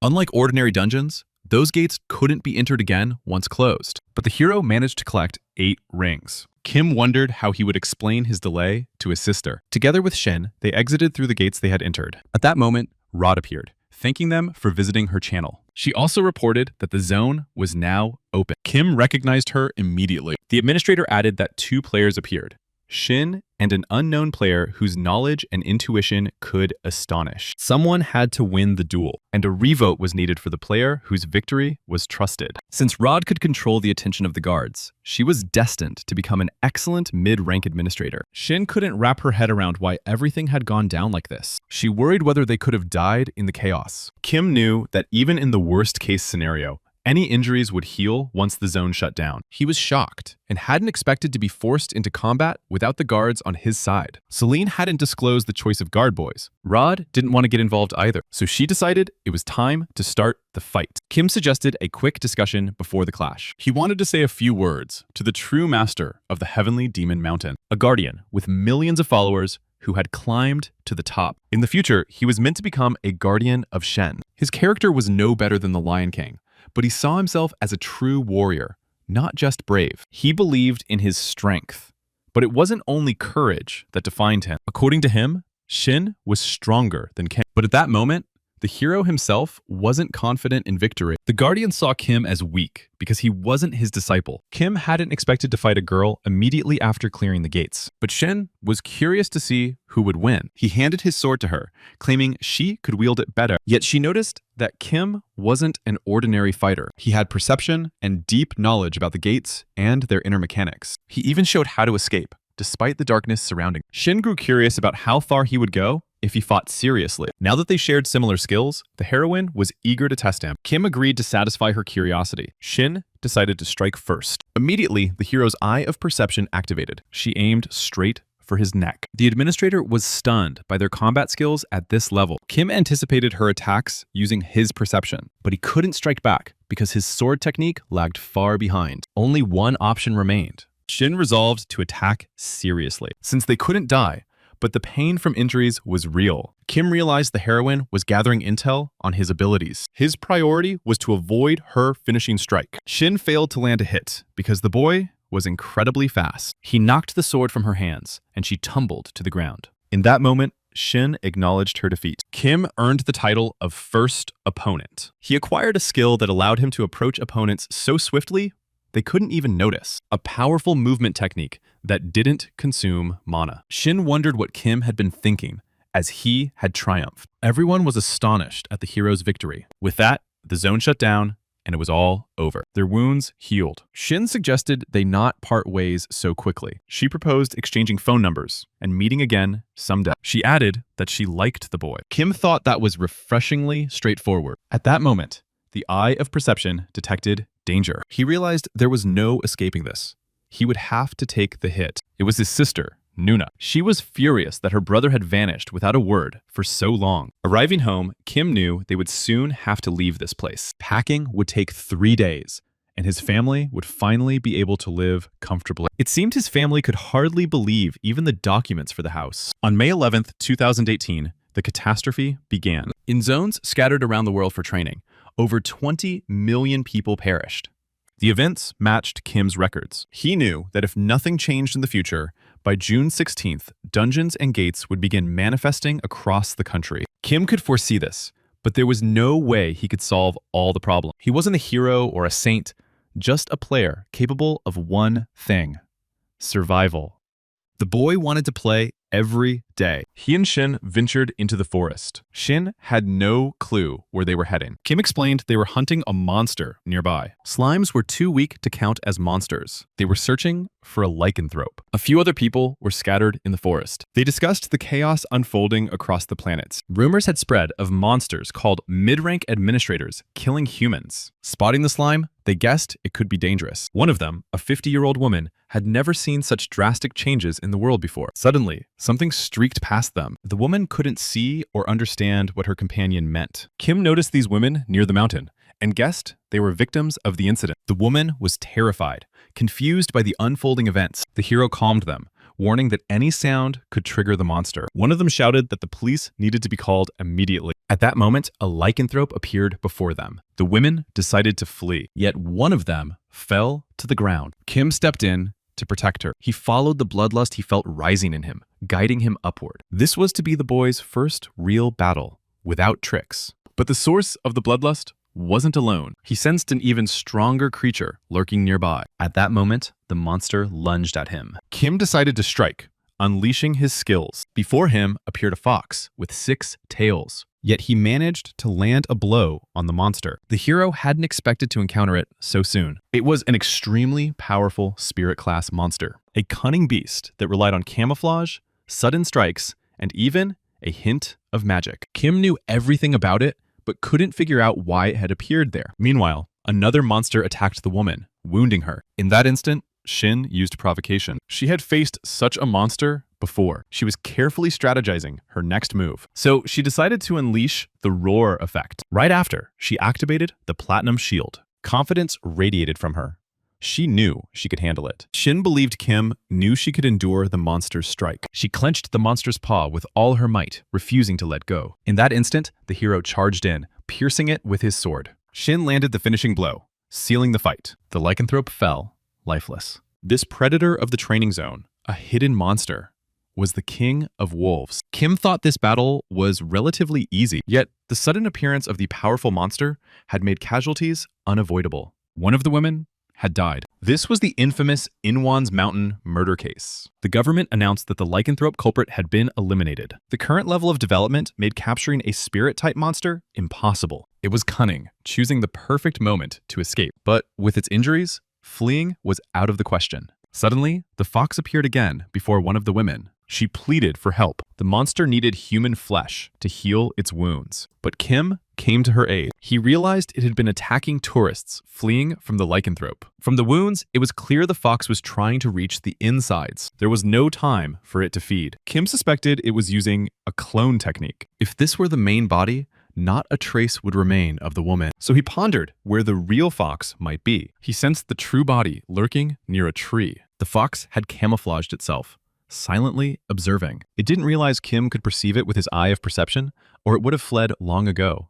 It acted as if unaware, hoping to lure the real body. Using provocation, Shinn realized her skill had failed. Kim calmed her, telling her to keep going until it fully focused on her. He decided to handle it himself, asking Shinn to trust him. Its body was split into a real one and an illusion. Its attributes were divided between the two foxes. Kim knew that killing the illusion would scare the real fox into fleeing. He aimed for the real body, preparing a dagger throw. Shinn noticed the real fox vanish. At that moment, she heard a sound like an arrow being released. The fox was slain. The brave Lion King was stunned by his dagger mastery. The system notified him of the foxtail acquisition. His ranking had also increased. At that moment, the sound of a helicopter reached them. They realized someone had called the police. Kim decided not to draw attention unnecessarily and quietly slipped away. At that moment, Celine appeared, curious about the boy's level. The administrator saw that the hero was at level 26. The system notified the activation of the pause effect. The guardian woman with the scales used the pause, and notifications from other guardians appeared as well. The hero received a rare ranked weapon, the morning gear of the typhoon. Along with it, a consumable that accelerated growth, but twisted alignment toward darkness. Such items could turn any player into a ranker. The final offer worthy of attention bore the title of True Master of the Celestial Demon Mountain. Kim had never imagined he'd get a chance to learn. He suspected the Guardians were trying to influence him to choose one of them once he hit level 30. They wanted to show they could offer much, including the power of pause. Celine was supposed to notify the Guardians that he had reached level 25. Kim knew she was swamped with questions about informing everyone. He understood exactly what was going on at that moment. He was certain she was in a tight spot because of the announcement. The boy knew she couldn't function properly if she angered all the Guardians. Celine didn't understand what Kim was aiming for. Kim wanted 3,000 coins. He knew she wasn't in a position to dictate terms, trapped in that tough situation. The girl offered 2,700 coins. But the boy insisted on his terms. Celine reluctantly agreed. Kim decided it was time to sign the contract. Later, Kim and Shinn rode in a car together. Suddenly, his phone rang. Picking it up, he heard a familiar voice. The girl mentioned reading news about the person who killed the monster on the mountain. She then thanked him for helping her mom. Kim also suggested a trip to a faraway place. He gathered Kan, Shinn, and Sue at a table. He proposed the raid the next day in Japan to clear gates that had appeared in Osaka. Shinn remembered the gates.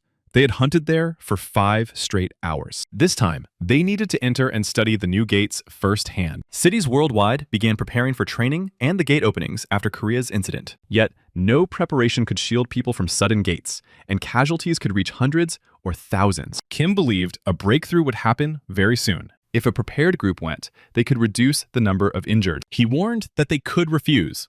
This was not a joyride, but he was ready to cover all costs for tickets and necessities. All they needed were passports, clothes, and to arrive at the airport the next day. Shinn thought he had invited her on a simple trip. She asked how he had this information. Kim replied it was just a prophetic dream. He could glimpse important events through dreams, but never revealed them. The girl didn't fully believe him. Kim said that in their world, things could appear that had never existed. Whether to believe it or not was entirely their choice. Shinn thought they didn't need to go that far, but then she decided to treat it like a date. Sue agreed, ready to follow Kim anywhere, indebted for his life. Kan also agreed, never having flown on a plane before. Kim expected at least one refusal, but with this team, he had nothing to worry about. He considered his squad extremely strong, even among newcomers. The next day, they set off for Osaka. There shouldn't be any roadblocks, but Kim didn't know the exact time the gates would open. All he had was intel that training in Tokyo had started shortly before the breach. Soon after, gates started appearing, accompanied by weak monsters. Occasionally, insanely strong ones popped up, but those were exceptions. Kim decided they'd probably have to roam the area for about a week. Kan asked if it was okay to be gone that long. Previously, the hero and his family had moved into a new house. At first glance, they weren't thrilled, but deep down, they were happy. Meanwhile, the team arrived in Japan. The gates were expected to manifest right in the city center. Kim wanted to find them immediately to prevent a breach. But it was still wise to arrive after monsters appeared, to minimize damage. The hero had no idea how many days it would take. At that moment, Selena appeared beside him. And at that moment, only Kim could see her. She asked about Japan. The woman suspected he hadn't come there for vacation. And since the law prohibited disclosure of certain info, Selena couldn't reveal much. Exceptions existed when Guardians conveyed their intentions through quests. Among the Guardians who issued the quests, some names weren't disclosed. By their will, Selena organized the quest. Kim realized he had no choice. The quest had to be completed before returning to Korea. As dinner time approached, they decided to head to a restaurant. At first, Kim seemed like just a safe, ordinary player to Selena. But the more she watched, the more she suspected he was maximizing every advantage. It was hard for her to believe he was using the Guardians. Kim was grateful to all who offered the best proposals and knew he didn't deserve such attention. Yet, he didn't plan to accept any single proposal. He didn't dare choose one Guardian, nor risk picking all of them. He decided only to accept their support. The boy promised to show the kind of gameplay they expected from him in the future. At that moment, he received 3,000 coins from Selena and the good impressions of the Guardians observing the game. Approaching one of the establishments, they decided to go inside. Suddenly, they saw people screaming and running out into the street. At that instant, the team realized they had found what they were looking for. The system notified them that a turtle nest had been detected. Kim instructed Kan to go in first. Despite her appearance, she was the strongest among them all. Entering, they saw it was pitch dark inside. The floor was a mess of mud, water, and sludge. These gates weren't secured, so Kim had no info on the environment. At that moment, a gnome appeared before them. It asked why humans were there. Kim felt the same thrill as when seeing Selena. His perception eye couldn't detect the creature. It far surpassed the user. It was the fairy, Seelan. The boy seemed younger than his age, but moved like an experienced player. In the past, the fairy had been famous under the name Hunter among promising players and ranked third among streamers on the Japanese service. A player from her stream should be nearby. The hero was certain the turtle nest hadn't been cleared last time. He knew that if other players were already inside, they wouldn't stand a chance and would die. So he decided to buy a gate map from the item shop. The map displayed the locations of all team members. It cost 1,000 coins. If any team member was in danger, they could send a signal through the map. Yellow meant attention needed. Red signaled imminent danger. They had to always monitor the map while moving and stay silent to avoid drawing attention. After that, Kim laid out his plan. They'd split into 2 groups and search for any useful intel. Kim and Khan went together. The most important rule was always watching their step. Quicksands lurked in spots like these. One wrong step, and you'd fall without a second chance. Sue and Shinn spotted a level 11 golden turtle. The boy decided to alert Kim before taking it down. But suddenly, the turtle vanished. Nearby, the heroes noticed an unknown figure carrying a sack on his shoulder. They approached and asked if the boy was Japanese. Not quite, the stranger replied, noting the turtle's defenses were formidable. Sue guessed the boy had been pulling turtles out of the water and finishing them off. Signaling Kim, they didn't wait. Suddenly, the stranger screamed that a monster was chasing him. Sue didn't understand what was happening, or whether a monster really lurked in the swamp. The stranger begged for help, screaming he didn't want to die. Shinn sprinted toward him, grabbing his arm. She saw a monster in the water, dragging him down. The swamp suddenly began expanding. She realized the boy could pull her in, too. At that moment,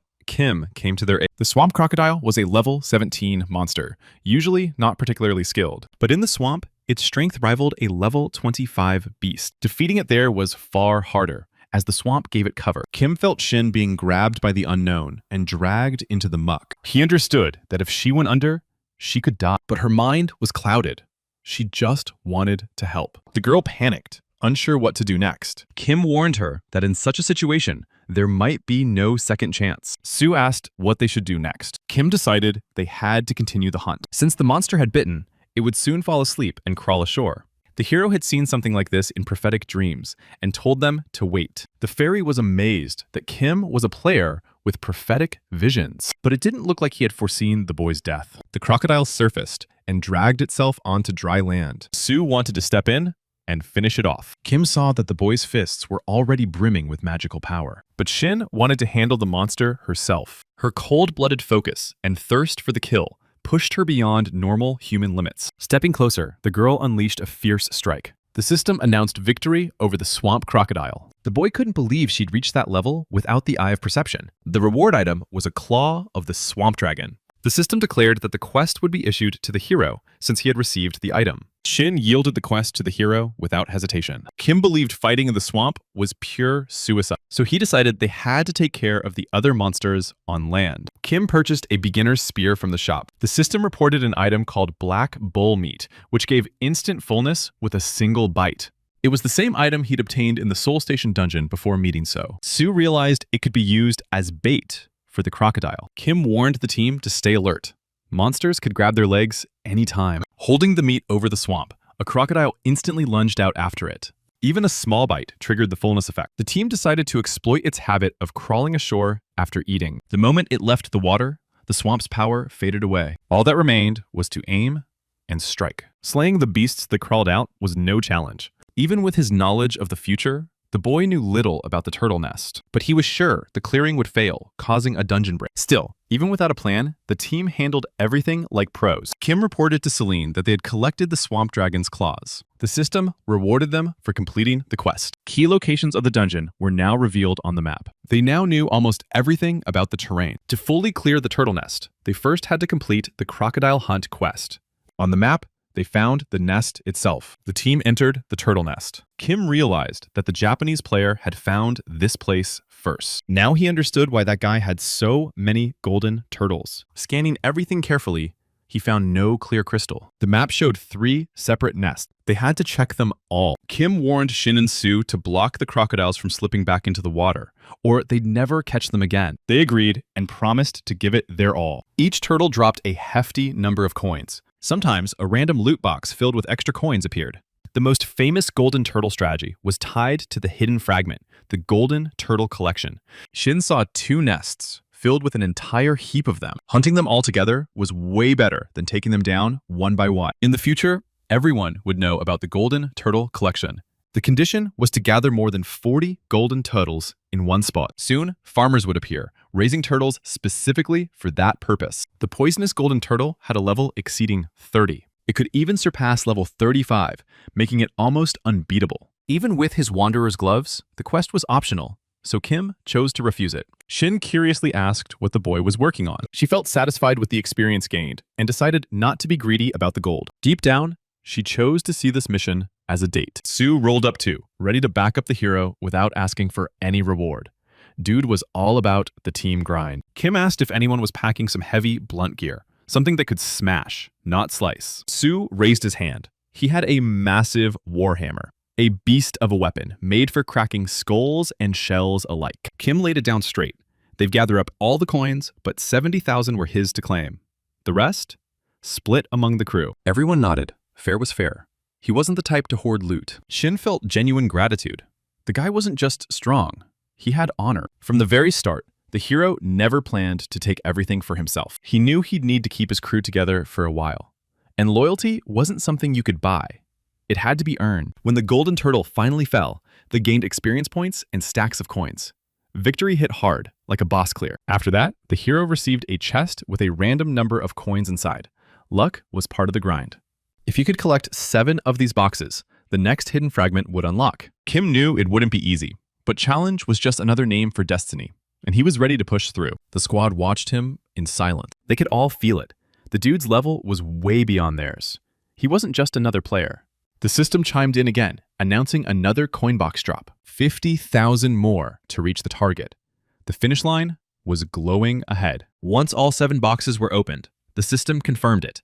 The hidden fragment quest was complete. Kim told Celine to share all the details about the rewards he had just earned. Transparency mattered. He planned to use one of the boxes to hand out 3,000 coins to each team member. The team was hyped.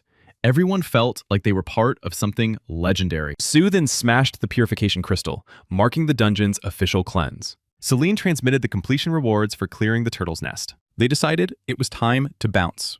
No sense hanging around a dead zone. The administrator announced that the broadcast would continue in the Korean Tower of Beginners. The crew arrived at the tower, a colossal spire filled with mysteries and danger. Inside, they found only AI-driven entities, beings that existed solely within these special dimensional spaces. Their first objective was to clear the Soul Station dungeon again, and repeat that feat 25 times. It was one of the fastest routes to rapid evolution. Grind to grow. No shortcuts. Shinn and Sue already knew the strat, so they figured it wouldn't take them long. Kim told Kang to head home, promising he'd return by evening. Meanwhile, the hero made his way up to the 2nd floor of the tower. There was a reason. It all connected to the Demon King. That guy was infamous, always appearing in the aftermath of world-ending disasters. He was the first to conquer the tower's 2nd floor, and had used that advantage mercilessly. Since the Demon King had beaten him to it, Kim suspected he might have already unlocked that same level here, too. Suddenly, the system flared. An overwhelming surge of power had been detected. His eye of perception was momentarily paralyzed, like his senses had been hijacked. Kim froze, realizing he'd definitely seen someone. And deep down, he knew. That presence belonged to the Demon King. But when he reached the top, the space was empty. Just silence, humming with residual energy. Kim ordered the administrator to open the hidden item shop. It required 50,000 coins to access, a hefty price for the unprepared. Kim didn't hesitate. He burned the coins. This wasn't a feature available to rookies. It was something only the bold could even see. Celine couldn't help but find the player suspicious. He wasn't following the rules of the system. The administrator tried to scan him, but Kim stood his ground. He wanted that arrogant being to come to him instead. The administrator didn't like being called a dwarf. His pride bristled. So he activated forced submission mode, a dangerous move, even for him. Kim stood firm, realizing that even now, the administrator didn't have the power to kill him. Neptune decided to teach the kid a lesson, the kind of cosmic humiliation only a god of the seas could deliver. But the Guardians didn't side with Neptune. Instead, they backed the hero, recognizing something deeper in him, a will that wouldn't bend. Kim received a buff that let him resist the crushing power of the mighty guardians. His aura flared, golden sparks dancing across his frame. With the buff's power, he could even read Neptune's status, a feat reserved for those beyond mortal limits. Neptune had chased him down for being weaker, but he had no proof, no right, just arrogance. Kim wanted one thing, for that so-called god to apologize. Neptune, realizing he'd crossed a line, muttered an apology. But the hero demanded more, a tribute, a token to seal that apology in stone. From Neptune, he received a memorandum, a divine contract ensuring the god wouldn't attack after the broadcast ended. Back home, Kim spent time lurking on an online forum, a small site that would one day evolve into a massive player community. Back then, it was the meeting ground for hunters, mercs, and infiltrators. One thread caught his eye. Players discovered that the Soul Station dungeon could be cleared multiple times. Many tried their luck, eager to claim glory, but most didn't make it out alive. Because of that, only a handful of challengers dared to attempt that particular raid. To squeeze every drop of growth out of limited time, Kim had no choice but to take on a high-risk dungeon. It wasn't just a death trap. It was a hidden vault, a treasure hoard, buried under danger and despair. One determined guy was forming a small party to dive into an unexplored dungeon. The Fire Master, a thin, unassuming dude who, 10 years from now, would be chubby and jolly, was leading the charge. Kim decided it was worth meeting. When the Fire Master spotted Kang, he froze. He hadn't expected a little girl to be their third player. He refused to let a child step into a dungeon like that. The guilt alone would kill him. The Fire Master knew the dungeon's main beast, the Fire Horse, was around level 32. That meant they'd need someone who could tank the thing's explosive charges. He believed victory was within reach. Maybe he could even solo it, if luck favored him. The Fire Horse was a beast-type monster that spared the weak but punished arrogance. Yet its strength was insane. The system had unlocked an escape route just to keep the difficulty from breaking players. Even so, the Fire Master had failed to advance past it before. This time, they chose to go in together. No turning back. The path ahead was sealed, and using a portal could summon enemies from the shadows. The Fire Master sighed, taking the child on his back. He still couldn't understand why she was there, but he couldn't leave her behind. The system pinged. You have entered the Fire Horse Meadow of the Short Table Dungeon. Before them, the infernal steed stood, snorting flames that turned the air molten. Kim took point, aiming straight for the beast's forehead, the weak spot. Together with Kang, they launched their synchronized strike. Watching them move, the Fire Master's doubts vanished. Those two, brother and sister, weren't normal. They were prodigies, pure and rare as myth. The Fire Horse might have been a low-tier monster by classification, but in battle, it fought like a demon straight from legend. It shrugged off fire damage, forcing them to up their offensive tempo to ridiculous levels. Kim called out to the girl, signaling her to pull something from her gear. He reached for the most unexpected weapon imaginable, a fire extinguisher. When the Fire Horse's HP dropped below 20%, it entered phantom mode, its body blazing into ghost fire. They had to smother its flames fast, before it could fully transcend into that unstoppable form. The Fire Master landed a critical hit, shaking the dungeon's core. Together, the trio brought the fiery monster down. The man stood there, stunned. The siblings had fought like legends reborn. He couldn't believe he hadn't thought to use a fire extinguisher himself. Kane pointed out the loot drop shimmering on the ground. It was firewater, a crimson liquid pulsing with elemental heat. The Fire Master asked what it was for, still catching his breath. Kim explained.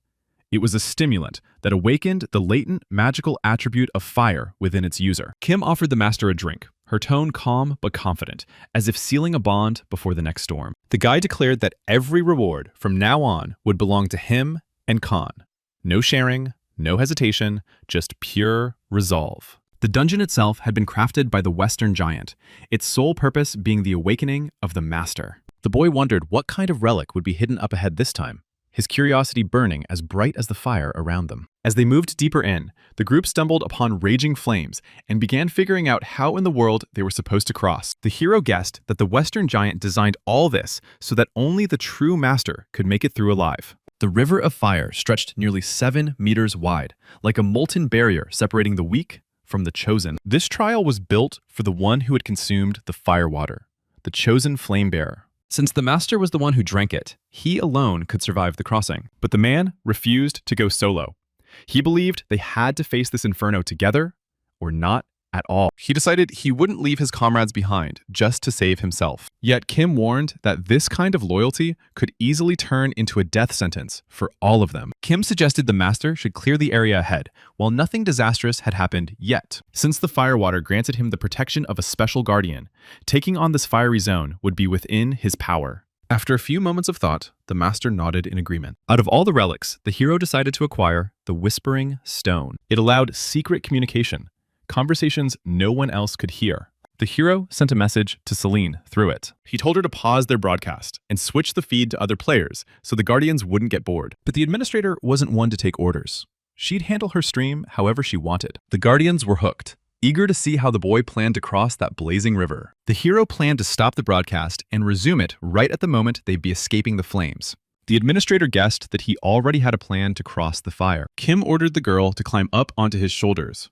No hesitation, just trust. Celine agreed to end the stream in 30 seconds. The hero decided to use instant teleportation, a risky, high-cost move. The only other option was to endure the pain of the flames head-on. Without any preparation, they would have been burned alive in seconds. The guy had cleared Soul Station's dungeon several times before, mocked by the Guardians for putting on a boring show. But this time, he unleashed every single reward he'd earned so far. Thanks to that, the hero managed to cross the fiery valley in one piece. Kim realized that every challenge had its own trick, every wall its secret crack. Khan earned the title Fireborn, her aura blazing brighter than ever. That title could eventually evolve into the legendary one, Immortal God of Flames.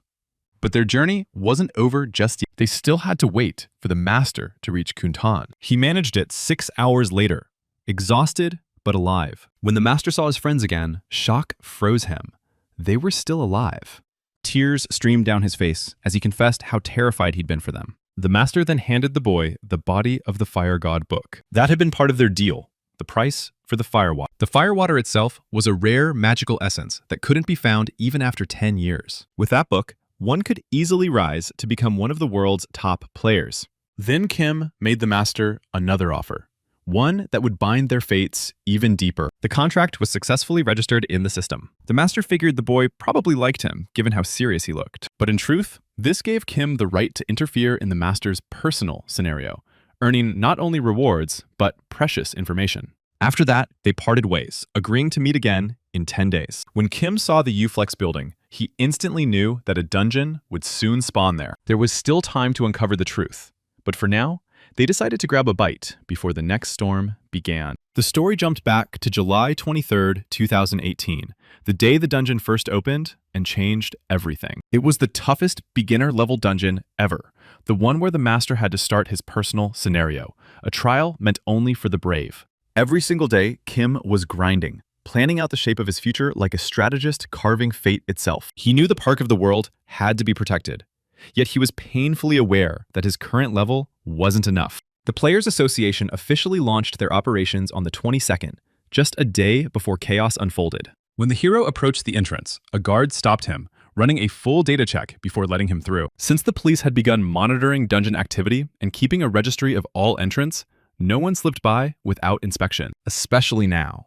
The Players Association was taking things way more seriously than before. Kim and Khan stepped into the Soul Station dungeon once more, the air thick with tension and burning mana. The boy's heart was pounding with hunger, not for battle, but for loot and rewards waiting beyond those corridors. One of the officers reported over the phone that Kim had entered again. A shadowy observer decided to keep tracking him, intrigued by the boy's persistence. He notified his superior that the two players had now entered the Soul Station dungeon for the 30th time. They figured Kim was running some secret strategy, one he only shared with his tight-knit crew. The guild had decided it was time to get closer to the boy. He planned to offer Kim the position of guild leader, a move that could change everything. The man instructed his assistant to deliver the message carefully, making sure Kim understood his intentions clearly. Since So was preparing to launch a new guild, everyone assumed his grandson would take the lead. But the man couldn't shake off the memory of Kim's piercing gaze, a look that seemed to see straight through him.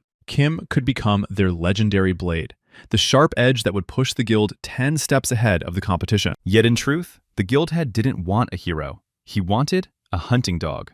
Meanwhile, Khan received the notification about a hidden fragment and asked if they were going to challenge it. Kim refused, The hidden zone only appeared once a player hit level 30. Their levels were already among the best, so they decided to skip that path for next. The team agreed to regroup the next day and aim for the second floor instead. After checking Shinn and Sue's stats, the boy realized they needed to clear the dungeon at least 25 times more. The next day, they all entered the second level together, ready for what lay ahead. Stronger monsters awaited there, and there were no safe zones this time. The risk of getting ambushed right at the entrance was insanely high. The hero could tell that Khan was a born genius. She instantly blocked the first attack without hesitation. Their enemy specialized in long-range assaults, sniping from the shadows. The system announced the first quest: eliminate the orc archer. Kim knew this was it. The time to face real monsters, not training dummies. Most beasts that spawned right after the tutorial were fragile against basic weapons. But orcs? They had natural resistance, impervious to flame arrows and normal blades. One of the orcs lunged at Khan, roaring like a beast possessed. But she countered flawlessly, deflecting 2 more incoming strikes. Kim ordered Shinn to follow his lead without question. At first, she didn't fully understand what he was planning. From the second floor onward, they had to fight as one. No solo moves. A true team, where everyone knew their role and trusted the others completely. Only then could they clear the dungeon without a single casualty. Shinn dashed into a blind zone, dodging an arrow that could have ended her right there. Plus, the orc's reaction time was nearly twice as slow as Kim's lightning-fast reflexes. In that instant, the girl decided to unleash the demon step technique. Kim's eyes widened. She finally understood how to move like a predator in the dark. The treasure of the heavenly demon, a technique bestowed only upon true masters of the celestial demonic mountain. With that, they maneuvered around all the orcs and took down the archer in a clean strike. But another orc released an arrow that pierced straight toward Shinn. Kim dove in without hesitation, tackling her to the ground and taking the hit himself. When they stepped onto the second floor of the dungeon, Kim didn't bother explaining the plan in detail. He knew his crew didn't need a lecture. They were built different. His teammates weren't the kind who needed things spelled out. They read the battlefield like a second language, understanding everything without a word spoken. Each of them fought under different conditions, pushing through chaos in their own way to reach the goal. Kim didn't appreciate Shinn's sudden strike. She apologized, knowing she had crossed the line. He warned her that one reckless move like that could have jeopardized the entire squad. Shinn realized she was the only one who had failed to complete her task, while everyone else had nailed theirs. She didn't want to be a burden. She wanted to repay the team for their trust. Deep down, she wished to grow strong enough to stand beside Kim. Then the system announced a shift. Her profession had changed because of a title. That kind of evolution only triggered at level 30, after forging a contract with the Guardians. The Guardian had originally offered that title to Kim himself. Kim knew that only a full squad of 8 could stand a chance against the Demon King. So he turns down the title. He had come back to the past to surpass the Swordmaster, not to be bound by another title. Shinn couldn't understand why he'd refuse such power. Kim explained that he'd seen a glimpse of his own potential. His path was already set. His intuition allowed him to simplify any battle for his team, reading combat flow like an open book. Shinn believed that Kim was born to lead. He considered leadership not a burden, but a gift, his unique talent. Shinn noticed something strange. When she followed his commands, it felt as if a glowing path appeared before her, guiding every step. Kim believed her swordsmanship potential far outshone his own. He also knew that the title suited her far better than it ever could him. With it, she could blaze brighter than anyone else, perhaps even become the most renowned player in the world. The title was officially offered to her. Kim warned her never to share that information, not even with friends. Veteran players knew better than to expose their titles or guardian contracts. After that, they entered a village of orc warriors together. The team instantly realized another battle awaited. The script of the second barrier had changed slightly this time. Orcs no longer turned to stone after destroying the purification crystal. They had to destroy 3 crystals within a set time, or a hunter would appear, and that would be game over. Sue spotted several orcs noticing them and closing in fast. Kim ordered everyone to split up and hunt for the crystals while avoiding direct confrontation. They had 10 minutes to pull it off. Suddenly, a towering orc warrior emerged before them, a beast of brutal strength. Sometimes, dungeon scripts shifted mid-run. Usually, that happened when a player's growth rate was off the charts, which made defeating that creature way harder than usual. It was a monster that grew stronger the longer it fought, a nightmare that fed on endurance. At the start, it could evolve only into a sentient orc warrior. But that evolution gap was massive. Its level could spike close to 40. Kim realized that if the hunter joined the fight, they'd lose any chance of clearing this stage. He needed a new plan, something unconventional. He gripped the iron rod he'd picked up earlier, a key item that might turn the tide. Kim directed them toward a tent flying a tall flag, suspecting something important was hidden there. He gave each member their route, moving with the precision of a tactician. Meanwhile, he stayed behind to deal with the warriors himself. Shinn sprinted toward the crystal, weaving between attacks, her resolve blazing like fire. She made it. The orcs, who had been hunting her relentlessly, suddenly stopped. Something in her presence, fierce and radiant, broke their will to fight, and they knelt, surrendering before her strength. When they peeked inside the tent, they found all the orcs asleep, sprawled out like beasts after a feast, unaware of the danger creeping in. Since the petrification effect was gone, there was no easy mode left. They had to fight their way through. Kim quickly shared the cleanup plan with Shinn, giving her the details she needed. Su and Kang were to break through the orc ranks head-on, carving a path of chaos. Meanwhile, Shinn pounced on one of the creatures, her blade flashing with intent. Her strikes sliced deep, leaving trails of blood that shimmered under the dungeon's eerie light. Then she unleashed her quick strike skill, her speed blurring into a crimson storm. The noise woke the rest of the orcs. The entire camp erupted into fury. There was no point in Kim rushing for the crystal now. Destroying it wouldn't end the fight. The enemies would still remain. So he had only one choice: eliminate every last one of them. He struck them one by one, slicing throats with surgical precision. He couldn't overcommit, only hit, fade, and strike again like a shadow. The team soon realized something crucial.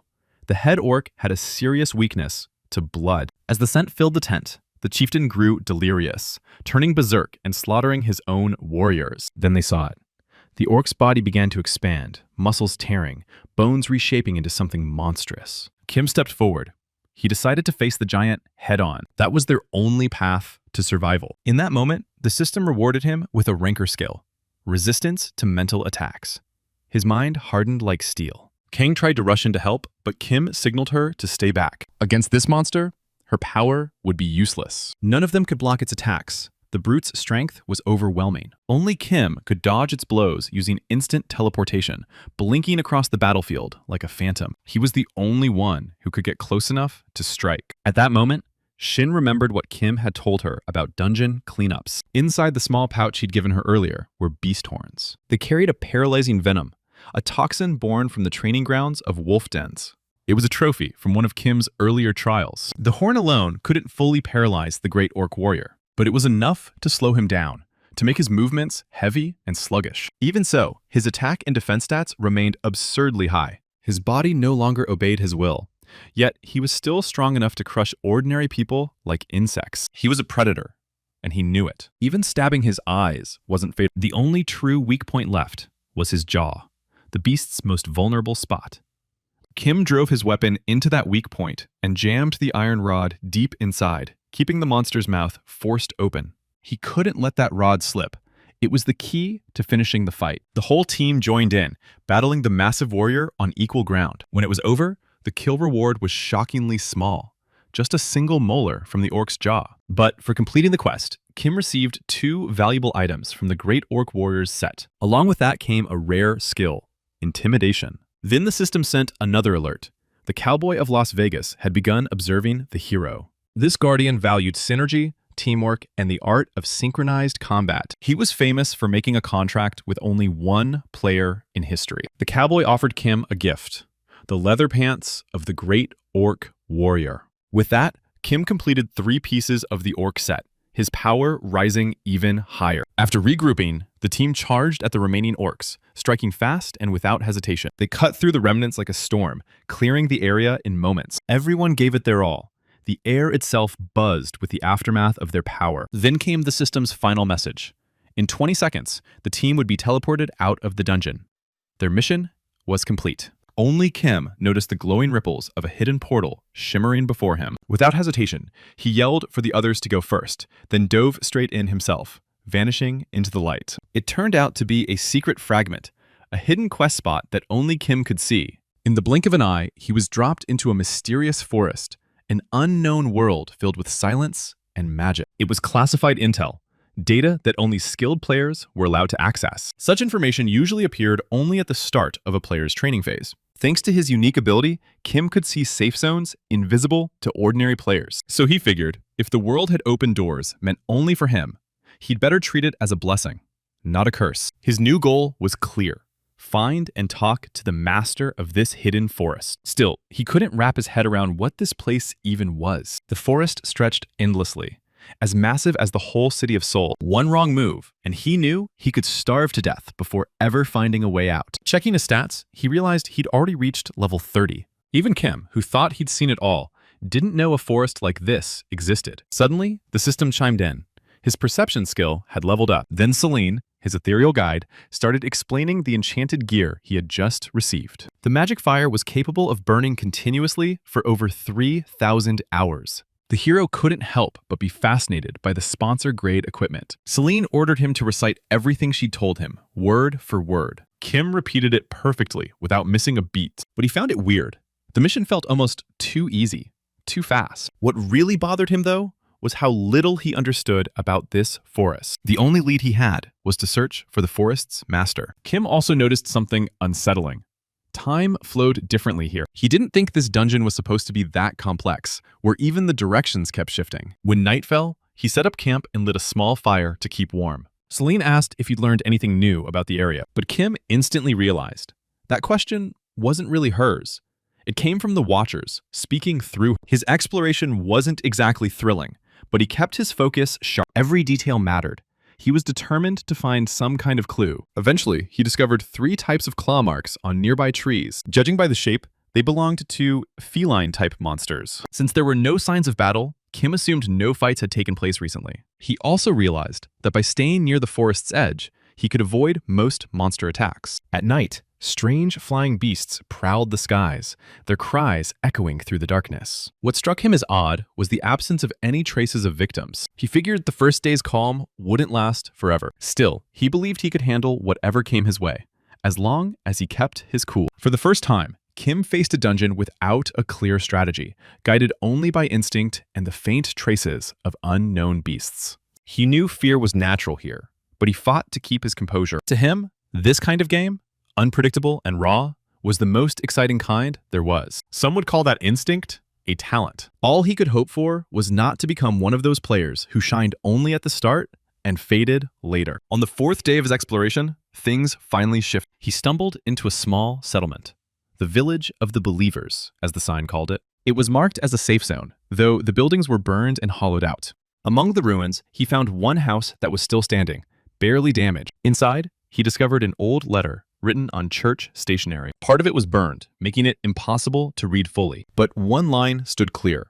The village had been destroyed by the wrath of the forest's master. Spotting movement on the far edge of the forest, Kim guessed this was where he might finally encounter the forest's master. His perception skill tingled.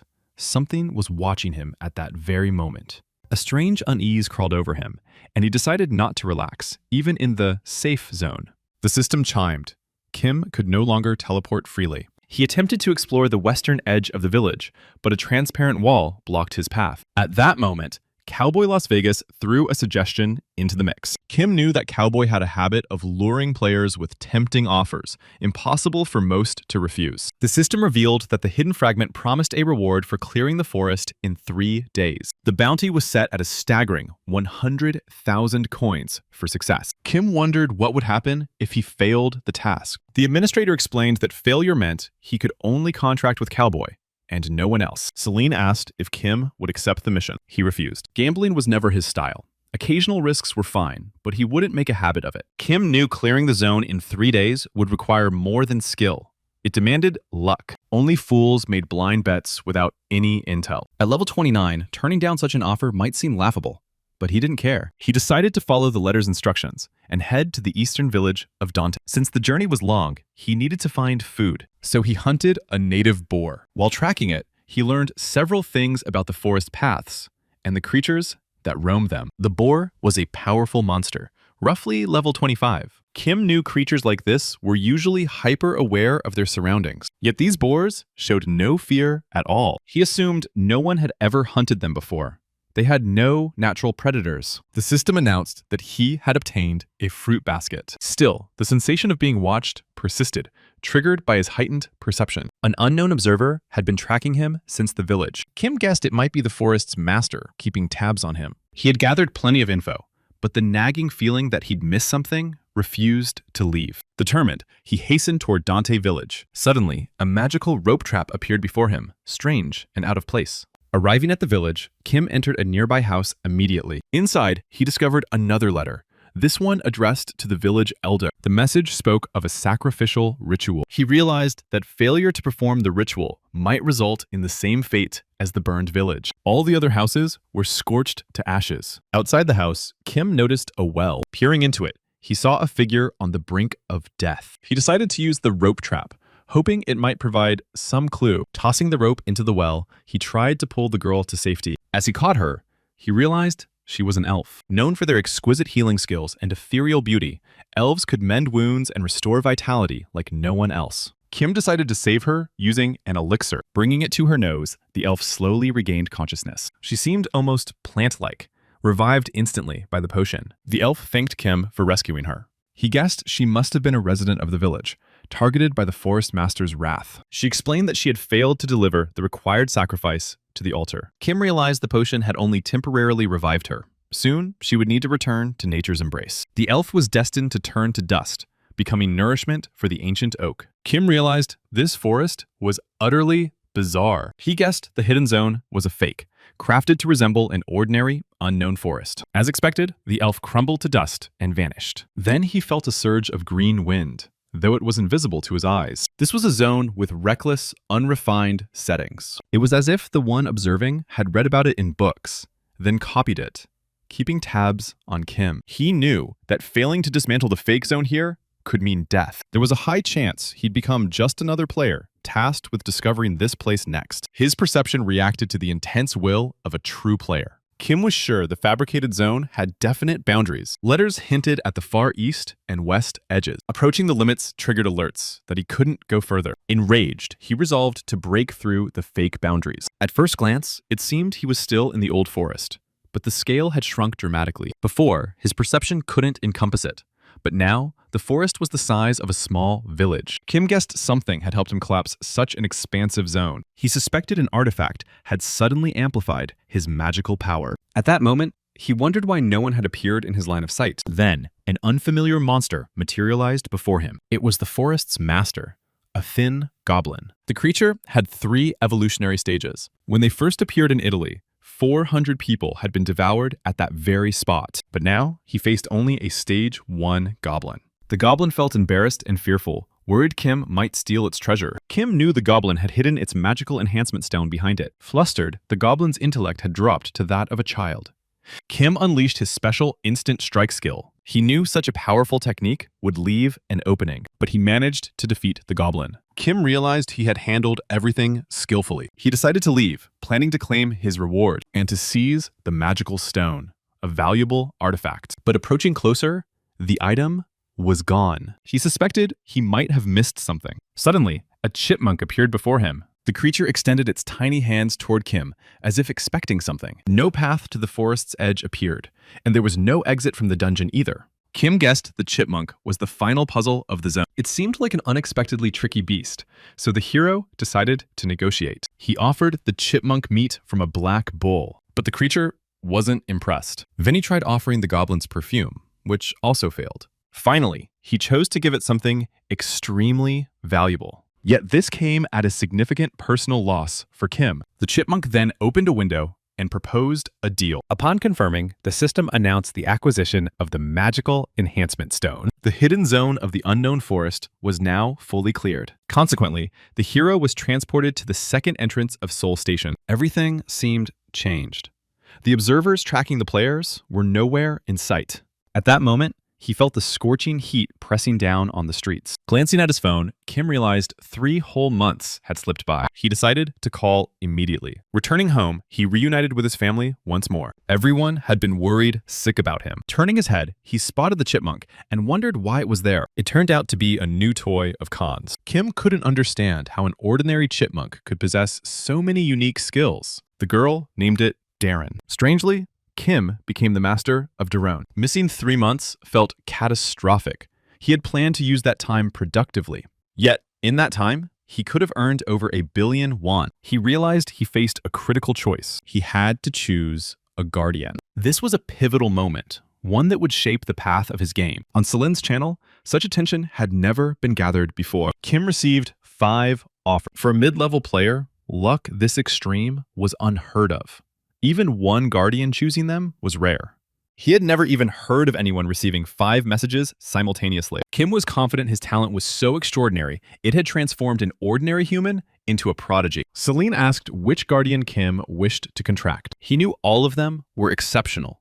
Choosing just one seemed impossible. Each proposal was sharp, calculated, and clever. Kim realized he could select only a single guardian from them all. In that moment, he sensed something strange. It was as if something invisible lingered in that space. So he focused his perception. Kim discovered an unknown observer had not sent him any messages. From the very beginning, this guardian had been watching him closely. On the first day after returning to the past, the guardian had been observing him from the start of the game. Its special skill, the eye of the cold-blooded observer, had essentially become his perception. Kim also knew this unknown observer often operated beyond reason, bending logic to their favor. The Turtle Nest reward wasn't at the level of a mid-ranking administrator quest. Ordinary guardians usually set their sights on fame, making themselves widely known.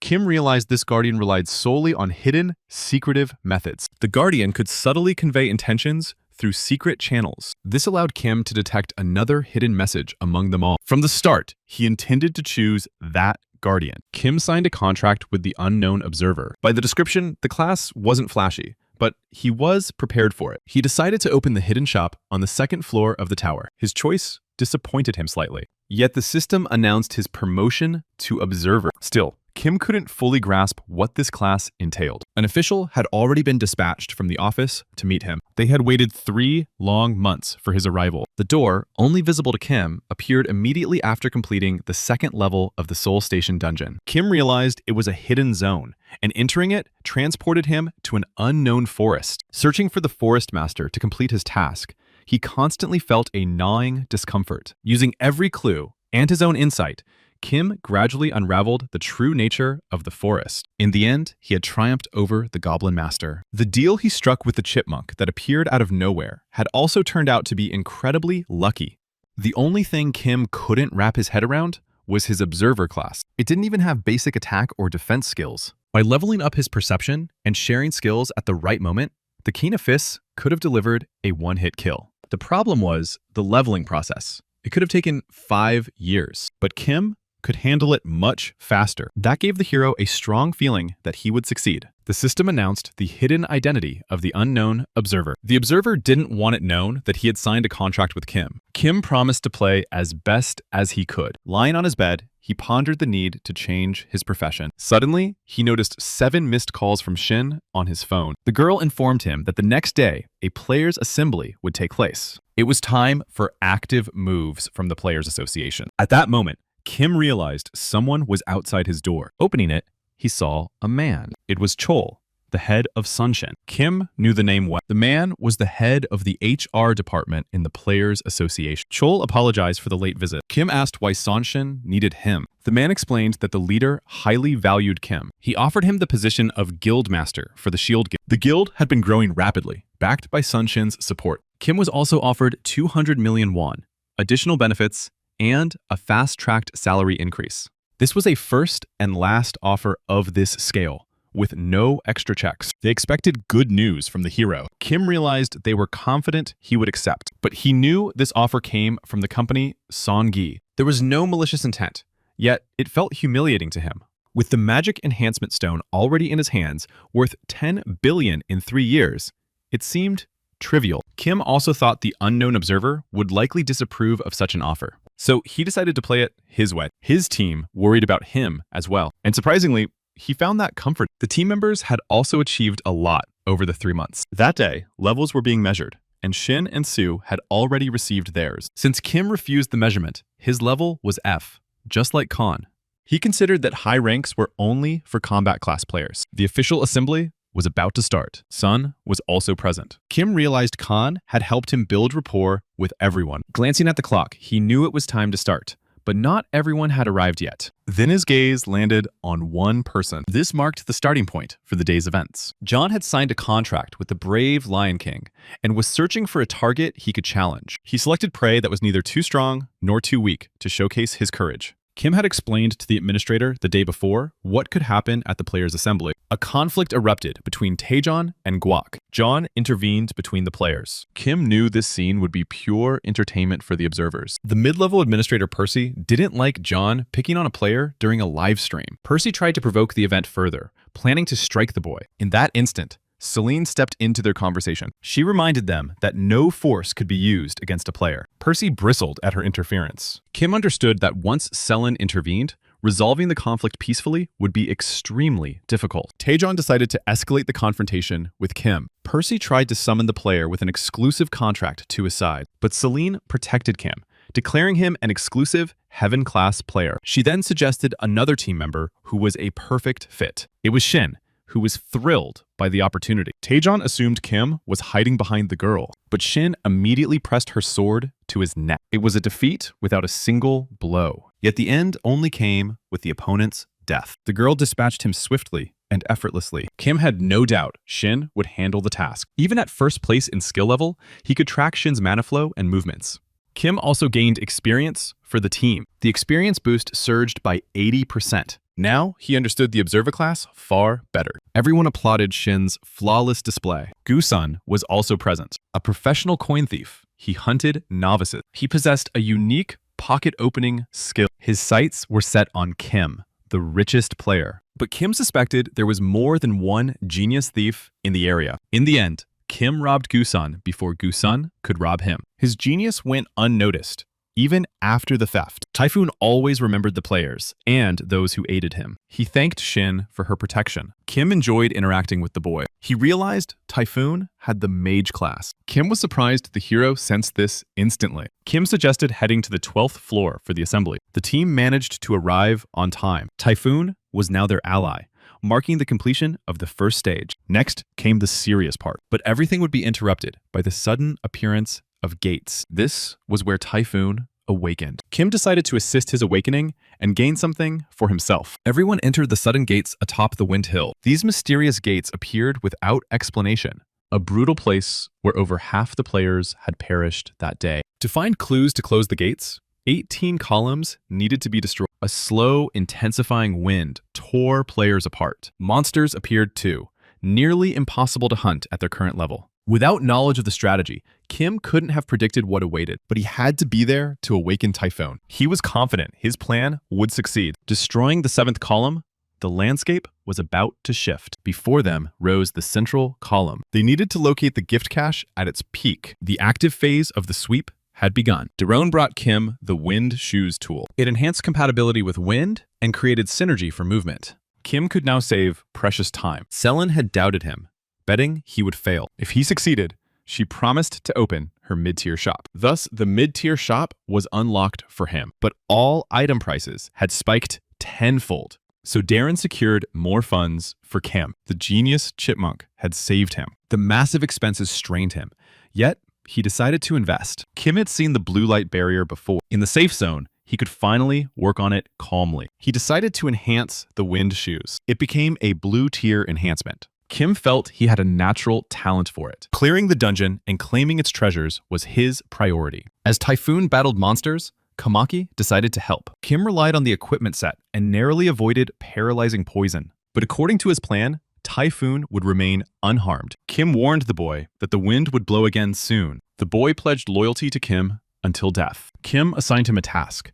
He had to retrieve the treasure cache. Kim lent him the wind shoes. Typhoon couldn't believe a rare tier item had been entrusted to him. Kim judged that the boy could wield it more efficiently. Typhoon couldn't understand why Kim was so generous. He asked what he was supposed to do. The wind current encircled the central column. Typhoon just had to ride it. Kim observed that the boy read the wind perfectly. One wrong move, and he could fall into a lethal gale. He was extraordinarily talented. Kim asked Sang-gu about his attack range. He suspected monsters would appear near the central column. Looking up, they saw a bird with a human face from Korean mythology. Kim ordered the man to take it down. Sang-gu cleared the path for Typhoon. By then, 11 columns had been destroyed. An observer's role meant minimal intervention. But in unexpected circumstances, Kim was ready to step in. He swiftly defeated a huge-mouthed lizard. Typhoon completed his assigned task. Kim praised him for a job well done. The sacred gift cache began to radiate its power. The battlefield started to shift as the cache's influence spread across the land. To clear the zone, the players had to fulfill the conditions of the gift cache. A window appeared before each player, prompting a donation to the cache.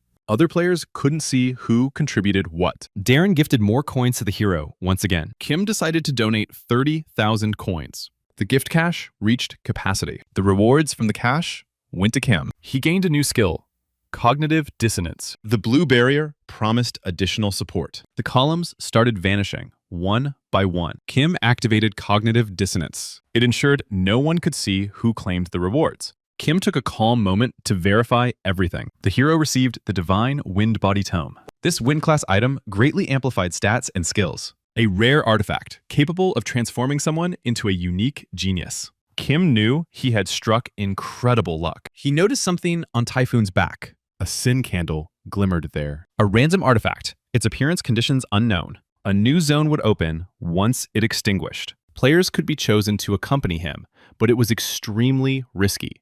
Extinguishing it too quickly could spike the difficulty. In that moment, the hero moved to put it out. Everyone saw a mysterious wind swirling around. Kim warned the team to prepare. They were heading through the next gate. He cautioned that someone was approaching. At the center, a massive tomb rose from the earth, and before them appeared a giant orc warrior. Had Kim failed to extinguish the flame in time, an army of archers and foot soldiers could have appeared. Shinn noticed they had faced a similar opponent before. She asked if the hero still had the iron rod from the previous encounter. At the cowboy Las Vegas's request, a pause was activated. He proposed a new mission. The team couldn't immediately grasp what it meant. It was the first entrance to the UPLEX dungeon, not yet officially opened. No one wanted to lose their coin gloves. Everyone's lives were at stake. Kim doubted they could complete this task with their current strength, so he entrusted the book to Typhoon. Everything was for their survival. The king of Las Vegas, a master gambler,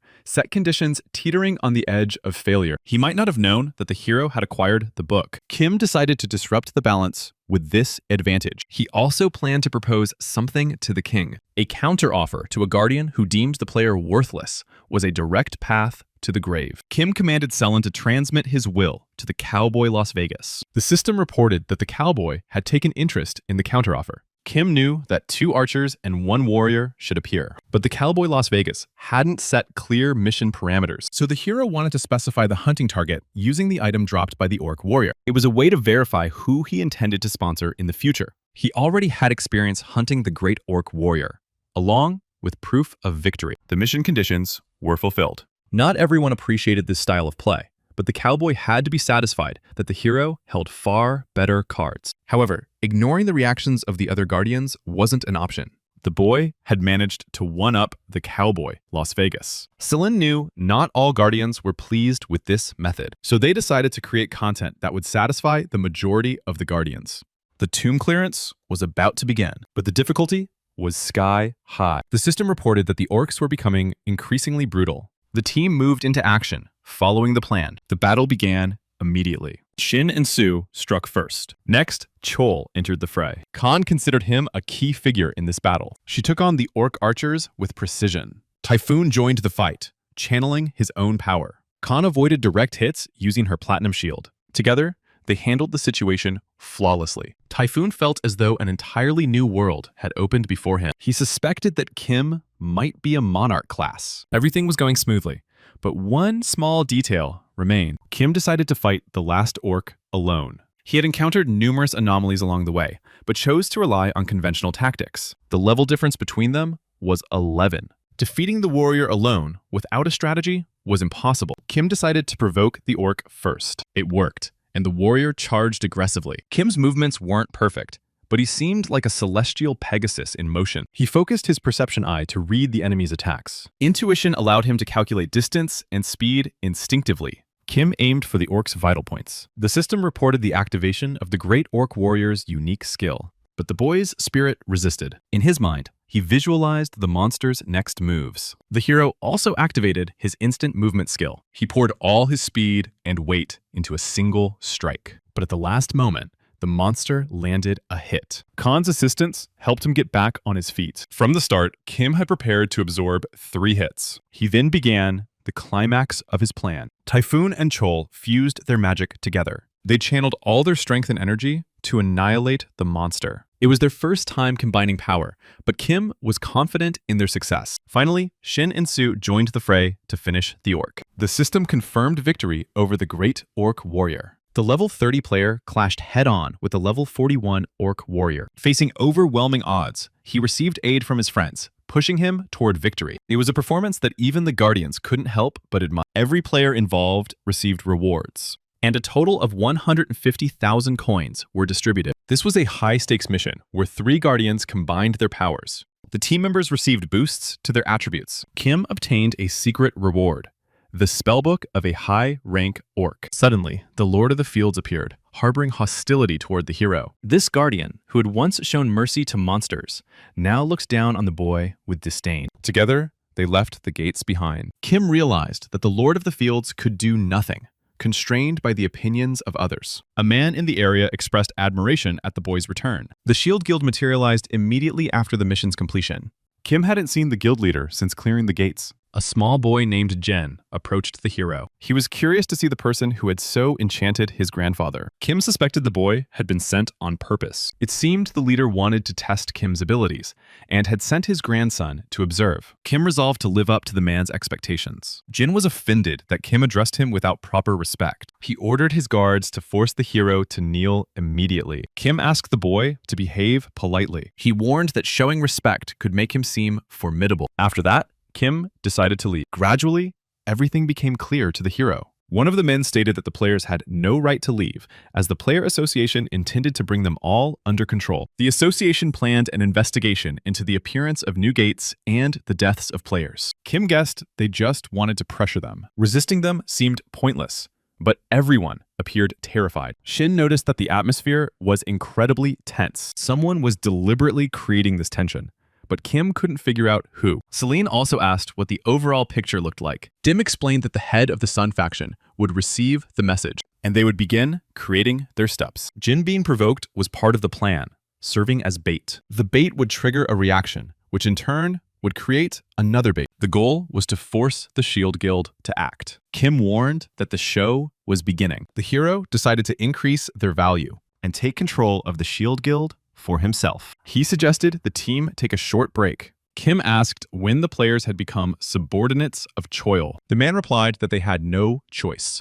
All players were required to join the association. After such pressure, Kim had no desire to cooperate with Sunshine, especially when impudent children told him to kneel. Jin tried again to assert his dominance over the boy, but the hero once again put him in his place. Then he stated that it was enough for the guild leader to understand his intentions.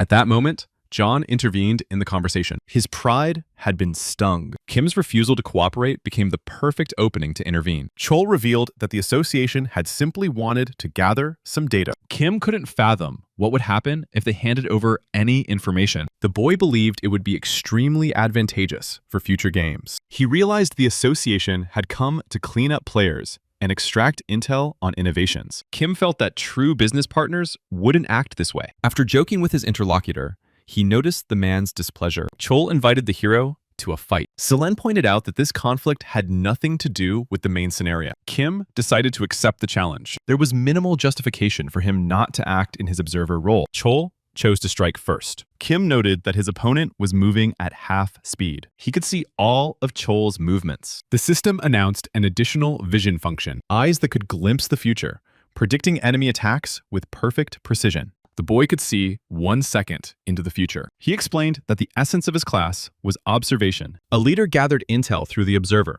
directing team members toward the optimal path, maximizing team efficiency and unlocking players' true potential. Defeating his opponent, Kim displayed his full capabilities to everyone. His class was upgraded to Monarch, marking the end of the second stage. Yet he felt it wasn't truly over. At that moment, someone addressed him. The brave King Lion and John could not surrender so easily. The Lord of the Fields also decided to act. John entered berserk mode, charging with monsters to attack the boy. Chol wanted to incinerate them, but the hero stopped. This hunt was not theirs to claim. Police stepped in to protect the team. Kim warned them that conventional weapons would be useless against the monsters. He realized the special forces seemed to have been waiting for this moment. The police tried to hold the monsters back, preventing them from approaching. The guild had to take the initiative in eliminating the threat, but ordinary weapons were powerless, so reinforcements were required. Monsters attacked from all sides. Kim had one method to stop the monsters and save everyone. The guild was shaken by the crisis. Kim decided to make one of the members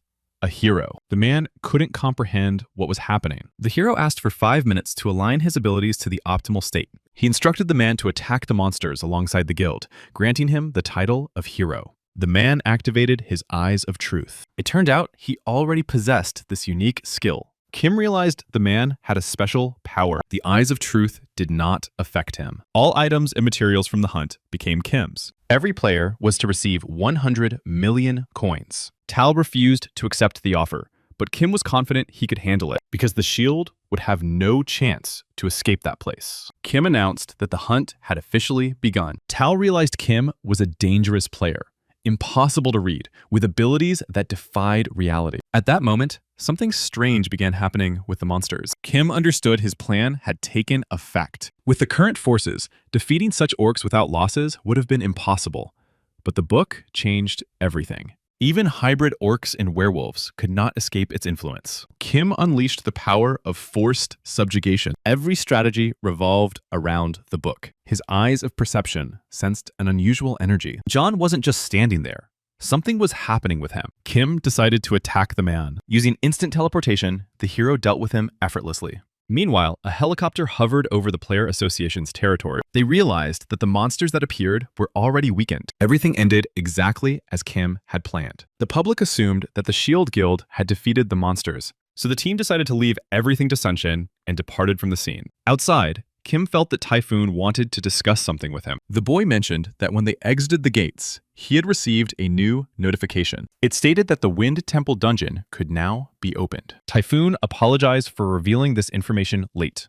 Kim felt the boy wasn't obliged to report to him. Typhoon thanked him and pondered where to find the foxtail. Kim recalled that the Wind Temple dungeon had been notorious for being cleared solo by the boy in the past. Kim assumed it was meant for one person, but hadn't thought about the tail. Yet, it had ended up in his possession, so the hero used it in the Valley of Fire. Kim explained that the leaves of the tail came from the six-tailed fox he had already defeated. In the past, the state had hidden the very existence of that monastery. Everything seemed strange to the boy. He felt that some serious mistake had occurred in the past, so he decided to continue the game, determined to uncover the truth eventually. Upon arriving home, Kim's sister immediately asked why he had gone to the players' gathering. She had seen the news about the sudden gates and monsters and was terrified for her brother. The news had reported everything immediately after the event concluded. Kim decided to have dinner first, before discussing work. He also mentioned that a guest was expected to visit soon. The boy rose and headed for the door. Outside stood the police, suggesting that the hero accompany them. Chol could not understand who Kim truly was. After all,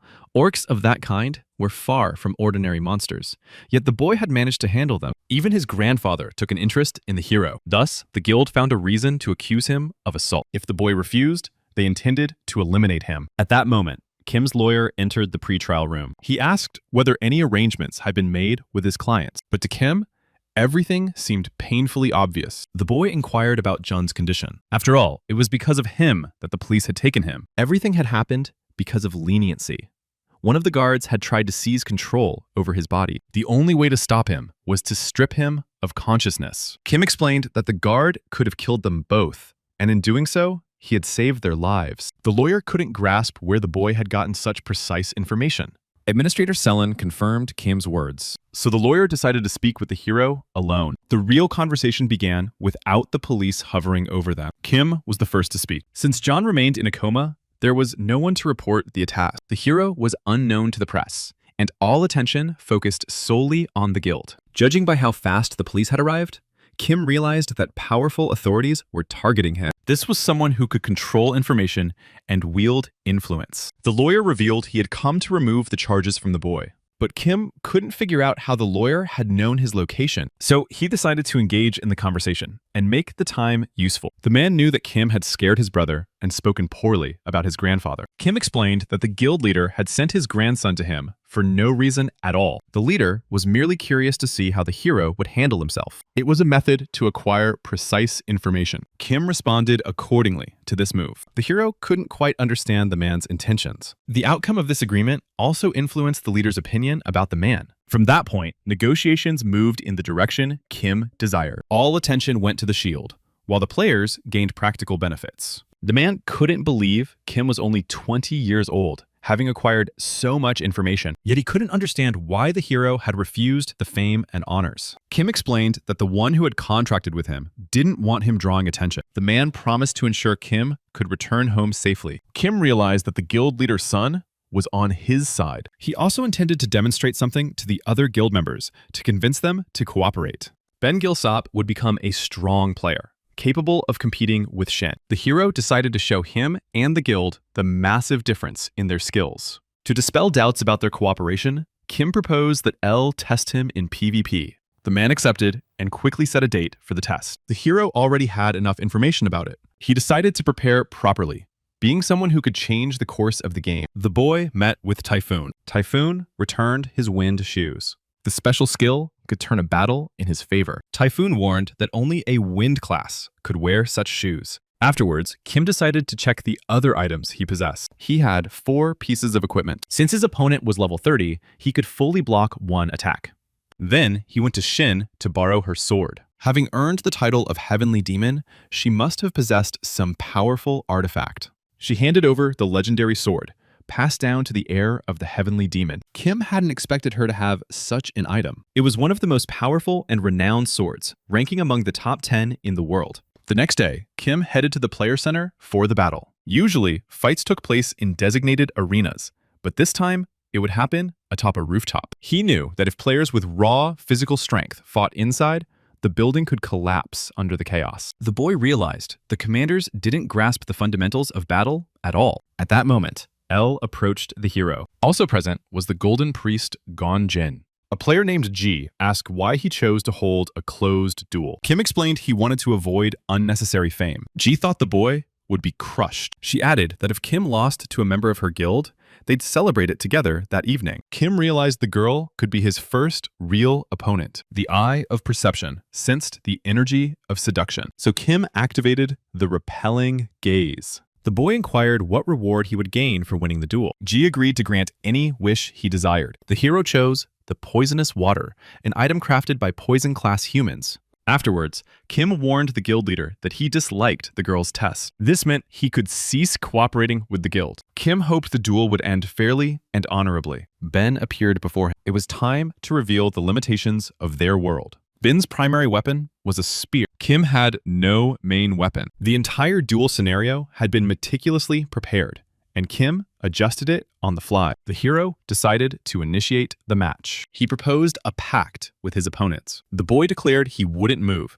making himself unable to dodge the first attack. L didn't understand what was happening. Kim resolved to stand his ground and wait for the strike. Ben felt utterly bewildered. Kim wanted to convince everyone he could defeat Ben with overwhelming superiority. So Ben struck first, yet he failed to cause the boy any pain. The effect of the equipment set allowed Kim to absorb the blow. The item's effectiveness and value shifted entirely depending on how it was wielded. L realized this would not be an ordinary duel. Kim thought that once the shield integrated the value of new moves into his consciousness, it would influence other players. At that moment, the guards glimpsed the image the boy had drawn. The next step, the hero decided, was to unleash the sword. He fully anticipated Ben's movements. Kim skillfully countered every attack. G was captivated by the boy's ability. She was certain that if Kim wished, he could annihilate them all. Ben claimed the victory was unfair, citing the equipment disparity. L rejected his argument. Kim's team lifted him onto the rooftop. They immediately realized the hero had won the duel, but L proposed a rematch. Kim announced a guild versus guild battle. The guards agreed to the proposal. Everyone moved into the designated zone. The teams consisted of 6 players against 6. The opposing side had been on edge ever since the hidden fragment was announced. Kim asked his team if they were ready for the fight, deciding to assign roles with precise strategy. Each player engaged their opponents with fluid skill. Every member carried experience from battles like this, honed over countless encounters. Kim was confident victory would belong to them. The elf unleashed her power against the main hero, but Kim countered effortlessly, like the calm eye of a storm. The opponents couldn't comprehend how he handled magic with such ease. The team deployed their forces, following a strategy analyzed by Han Sok. Yet the gap in skill was monumental. Every player fought honorably, testing their limits in the chaos. Kim warned the guild leader that today was the last chance to agree to a fair deal. El recognized that Kim could see into the future. Thus, he decided to admit defeat. Son inquired about how the battle unfolded. El was stunned by the hero's sheer strength and the intellect, far beyond what they had imagined. His analytical skills were unmatched, and Kim was recognized as the victor. Son believed Kim had demonstrated mastery, claimed advantage, and chosen the path of ruling over the strong. Meanwhile, the team realized their victory was possible only because of Kim's guidance. Kim completed the hidden fragment and claimed his reward. The honorary title granted to the first conqueror of a new domain marked his triumph. Suddenly,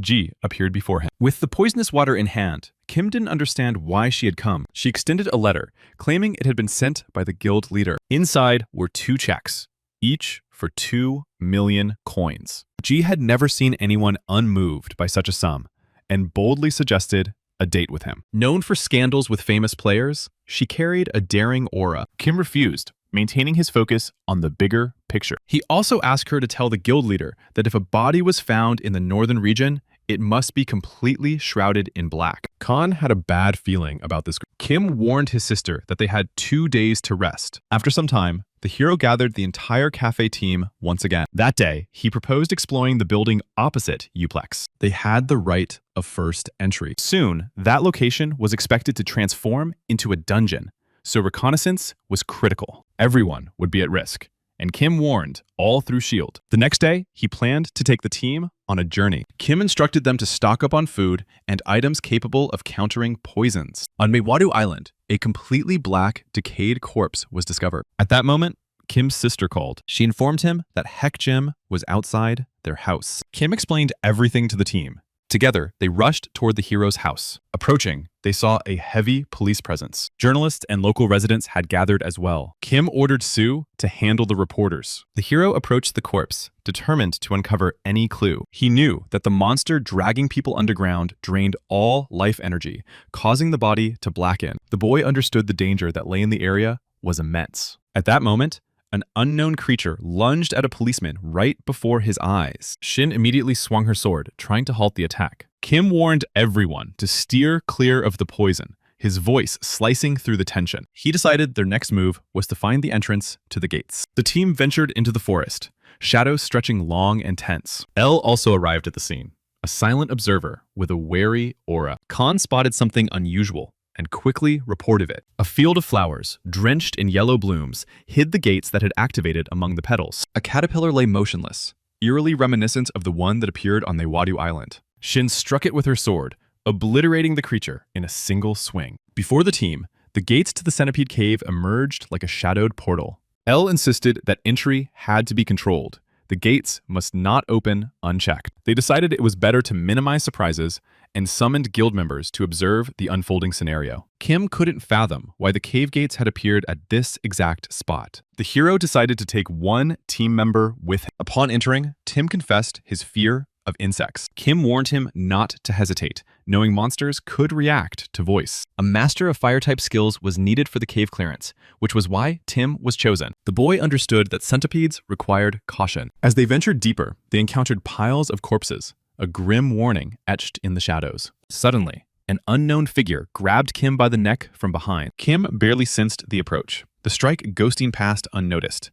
Celine notified that the system had recognized the assailant. It was the Demon King, Il. Kim realized a single misstep at home could have been fatal. But Il was not reckless. He did not kill without thought. Il noted that the hero possessed remarkable intelligence. Kim had long known this encounter was inevitable. Il was a being who walked the path of power and dominion. By piquing the monster's curiosity, Kim knew the price for this would be high. Yet he held the answers to all of Il's questions. The hero had prepared for this meeting long before it happened. Favored by many of the guards, the monster warned him not to be too trusting. It turned out Darren had stolen an item from the demon. Il cautioned Kim to give everything he had to survive within this domain. Afterward, Kim saw the monster vanish, yet the atmosphere had shifted ominously. He no longer sensed the centipedes. But behind him loomed something far greater. A monstrous, predatory tree devoured the pearl centipedes with grotesque hunger. Kim realized that battle was unavoidable. He also knew he could not face this alone. Meanwhile, Tim searched frantically for Kim. He decided to use chimera oil to rescue his mentor. After the attack, a wall of intense fire erupted before him. Through the choking smoke, Tim spotted Kim. Together, they managed to defeat the monstrous tree. Tim understood that Kim had risked his life to pull it off. Yet the boy's strategy had worked flawlessly. Even though the tree hunt ended successfully, the pearl centipede had not appeared. So the team resolved to seek out the cleansing crystal next, the next step in their perilous journey. The system announced that an unknown observer had offered privileges to the hero, a mysterious gift wrapped in unseen power. The boy recalled the stolen item he had taken from the Demon King, a prize of audacious risk. He decided to investigate exactly what he had acquired. It was a fusion stone, capable of merging an item's abilities directly with a player's body. Such a rare artifact's value could not even be measured in money. It was a treasure beyond reckoning.